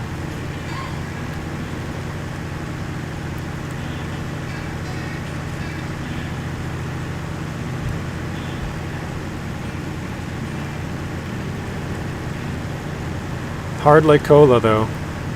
Oh, so you're saying you wish there was another region that was snowy, but a little bit easier.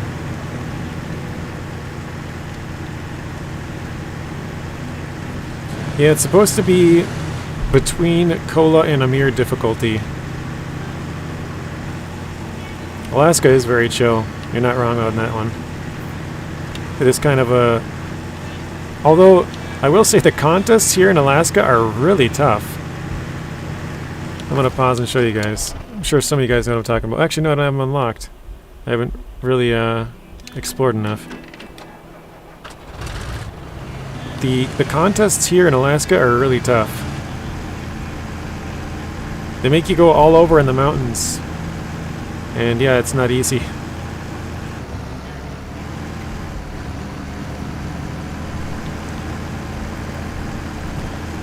New York City map in the winter. Because of the super snow. Gotcha. I seen BC right there and I thought British Columbia at first, and then I said, oh, with the super snow, so it has to be because of.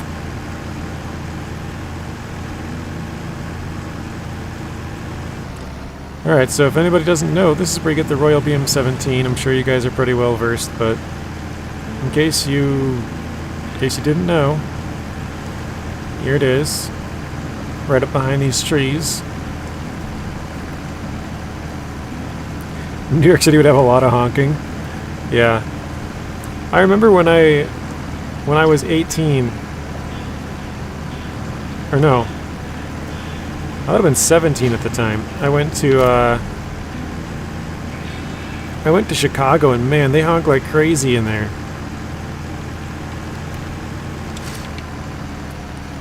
But I guess you gotta kind of remember that I live in the middle of nowhere, so nobody honks around here. But there they would honk all the time. Leave it there. Ugly indeed. I think I'm going to pull it back to the main road. I don't know that I'll pull it all the way back. I could recover it, but if I can get it back to the main road, I'll probably... That's my plan anyways. Pull it back to the main road and leave it there. And then maybe you can come back and get it at another point, but at least that way it's on the main road. Because I don't think I need to come out here for anything else, as far as I remember. But the upgrade is just down there on the left. I can see the yellow just barely. Jump in and sell it. I don't think I even could. Let's see. We have 4,000. Actually, I think... Let's see. Recover. We don't even have enough money. Look at that. We're like $15 short. We are a broke boy.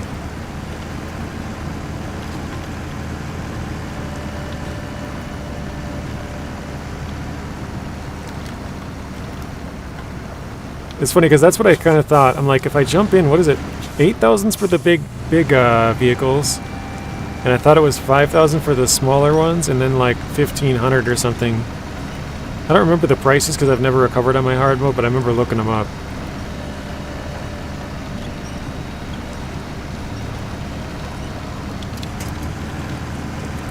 Alright, so if I remember, this should be the Cat CT680. 681 was a DLC vehicle, so it doesn't apply... Actually, no, I think it does apply to that one, too. I think it does. But CT681 was the DLC one.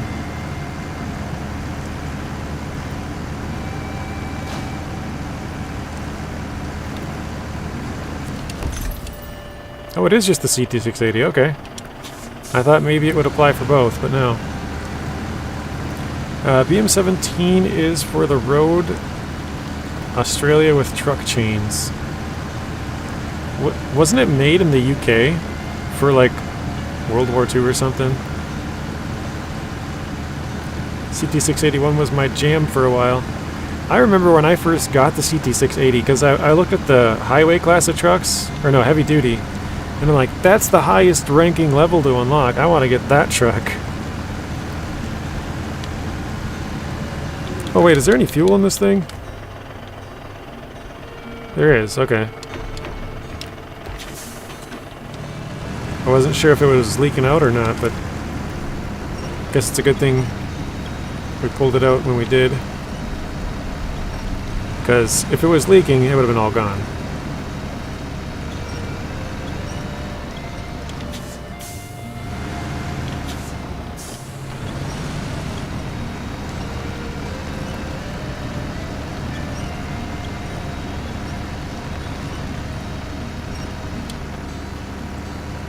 CT680 is the only truck with a working boost gauge. Boost gauge? Oops.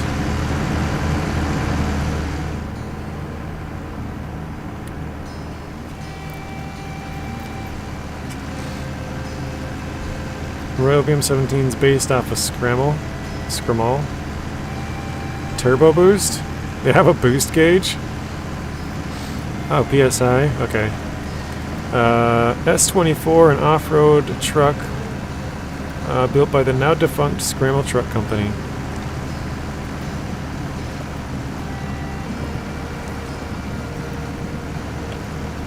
I know I've looked that up before. It was built in the UK, wasn't it? Or maybe it was built in Canada and sold to the UK, something like that.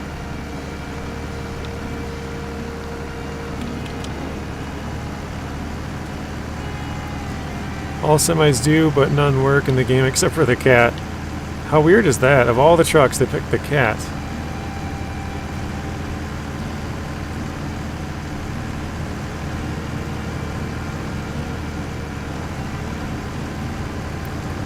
So yeah, right up around this corner, we'll kind of get back to the main road. We'll just drop the truck off. There's like a warehouse, and we go through the warehouse, and then we'll drop the truck. Where do you get the Cat 745C? It's on the next map. I haven't been there on this save, so I can't quite show you, but it's in the bottom right. It's a pretty small map. There's a task right in front of it. It's called Working Stiff.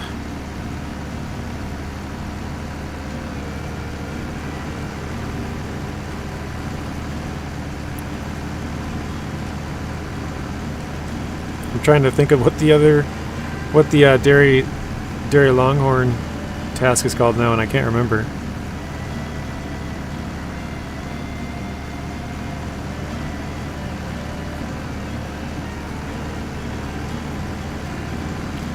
It is odd, yeah. We got meow from Keith for the cat.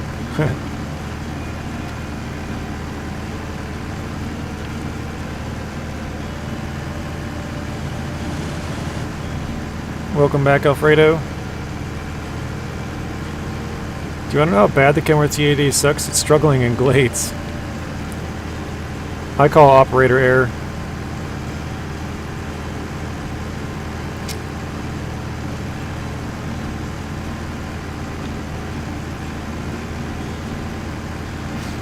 You skipped ahead just to get the burlak, didn't you? Yeah, you know, I skipped ahead to get the burlak because I thought we could attach... I explained this earlier in the stream. I thought we could attach trailers that were, well, the ramped flatbed semi-trailer.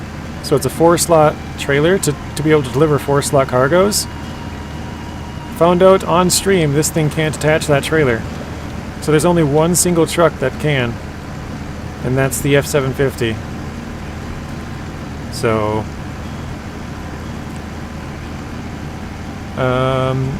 hey Jay, love your videos. Keep up the good work, bro. Thank you, Jason.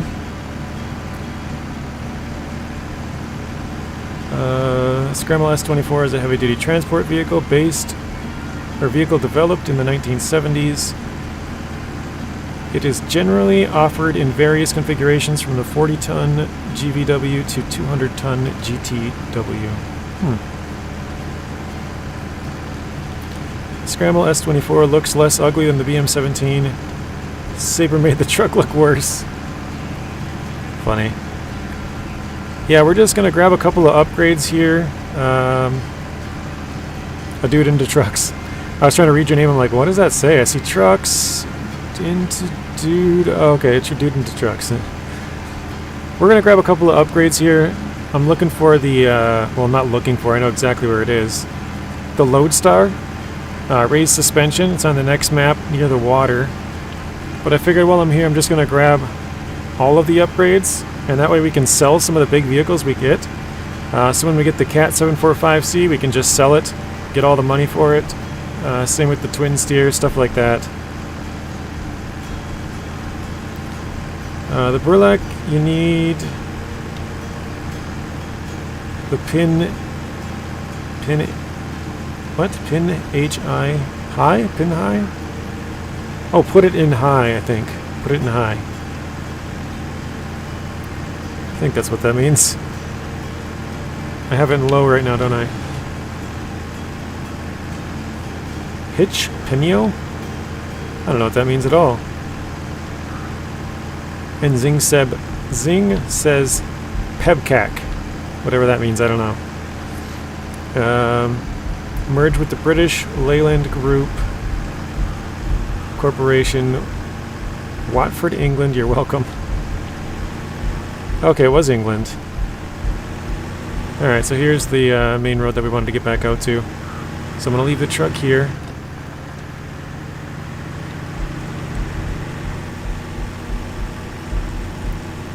And we will continue on. Peniel hitch. I'm assuming that's just the small truck hitch. Auto.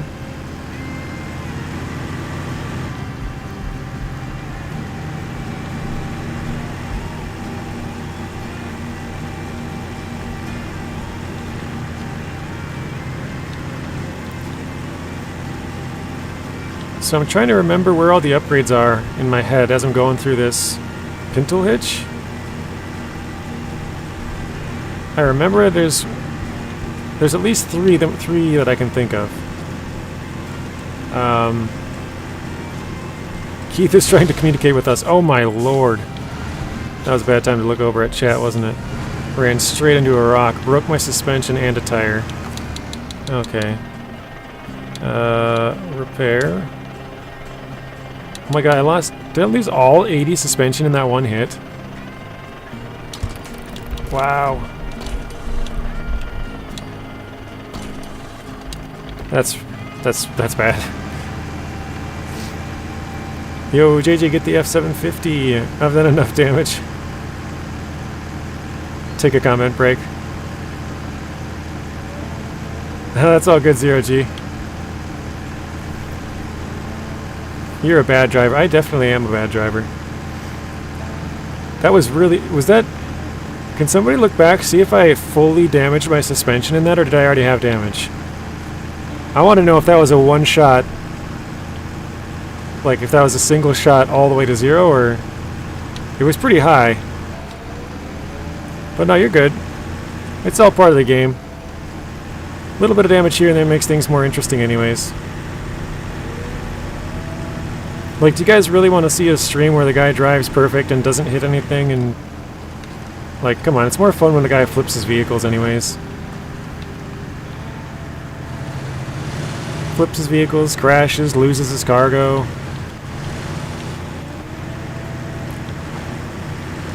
What's up? What's up, Alfredo? History of the BM17.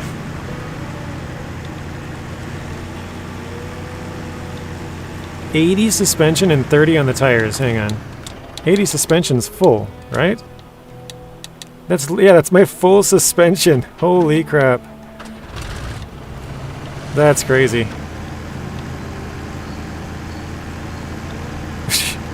Suspension was 100% and broke it completely. Wow. I've done some pretty good hits before, but I don't know. I probably have done a full, like with the amount of time that I played, I've probably done it, but that's pretty insane. Going from full to nothing. There's 120. Oh, because the 30.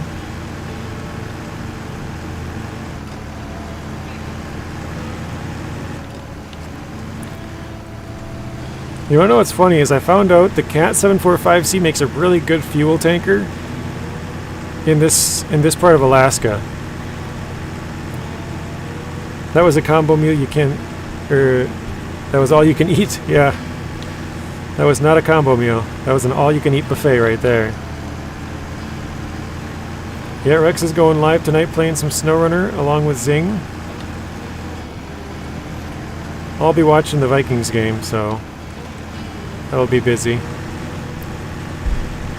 I usually don't go over there until like 7 or 8 anyways. I kind of, you know, go outside for a little bit, go eat, stuff like that, and kill like an hour or two and then kind of come back. So yeah, that would put us at like, from right now 7:30, which the game starts at like 7:15. So I'll probably pop over real quick and just say hello and leave. He says, "Good luck." Boo this man, right?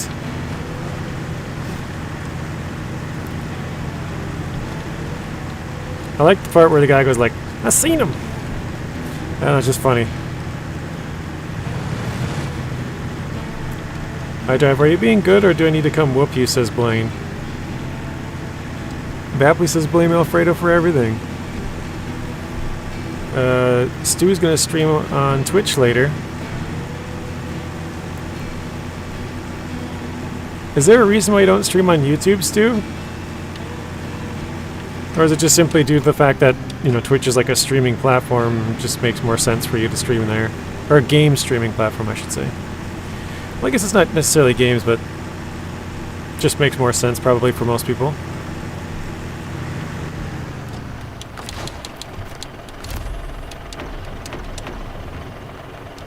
Alright.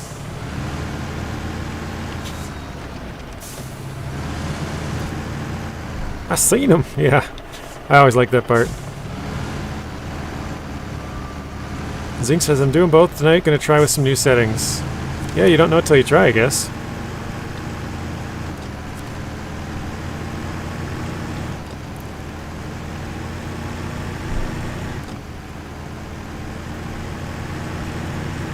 I don't think I'll drag this too far, but put it out on the side over here. My wife is out of town for work, so I'll probably be fine because of that. Oh, maybe.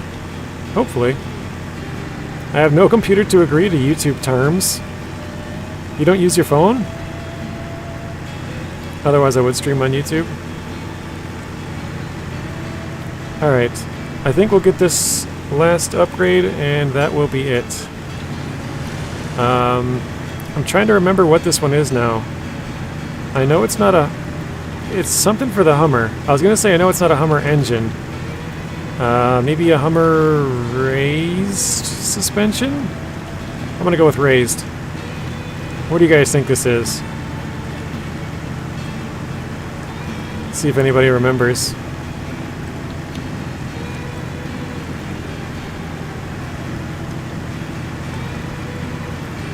It doesn't work on the phone? Alfredo's gonna slap you with a fish.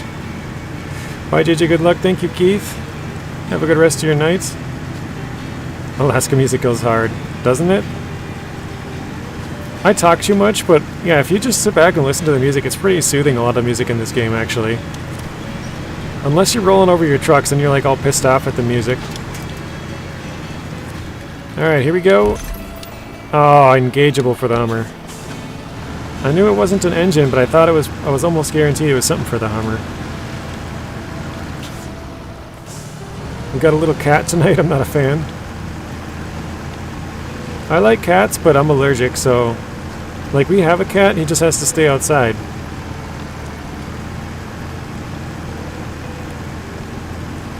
I got all the way to the terms and agreements, but no option to agree. Huh.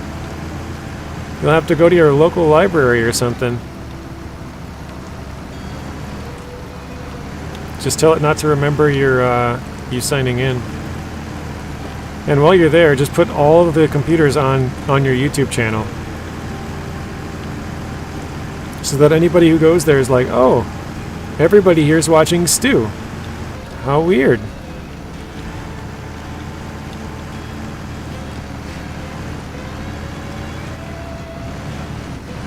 Everybody look at your stream like, what? No cat? He says, oh.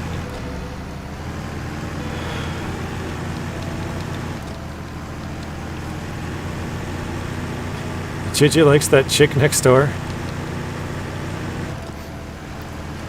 I hate to break it to you, Alfredo, but all of my neighbors are like 50 and 60-year-olds.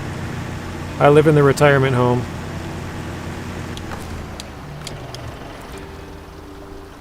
Alright. That'll be it for today's video, guys, so we'll continue on What did I mark over here? Oh, I completely missed the other watchtower. Okay. There is an upgrade about here. That's one of the Hummer engines, and then there's another one out here. I kind of forgot about this one, actually. And then there is one more, must be about here. So I think that's it, those 3 engines, and then we'll get out of here going up to the gateway. So that'll be the plan for the next one. We'll scavenge the rest of the upgrades.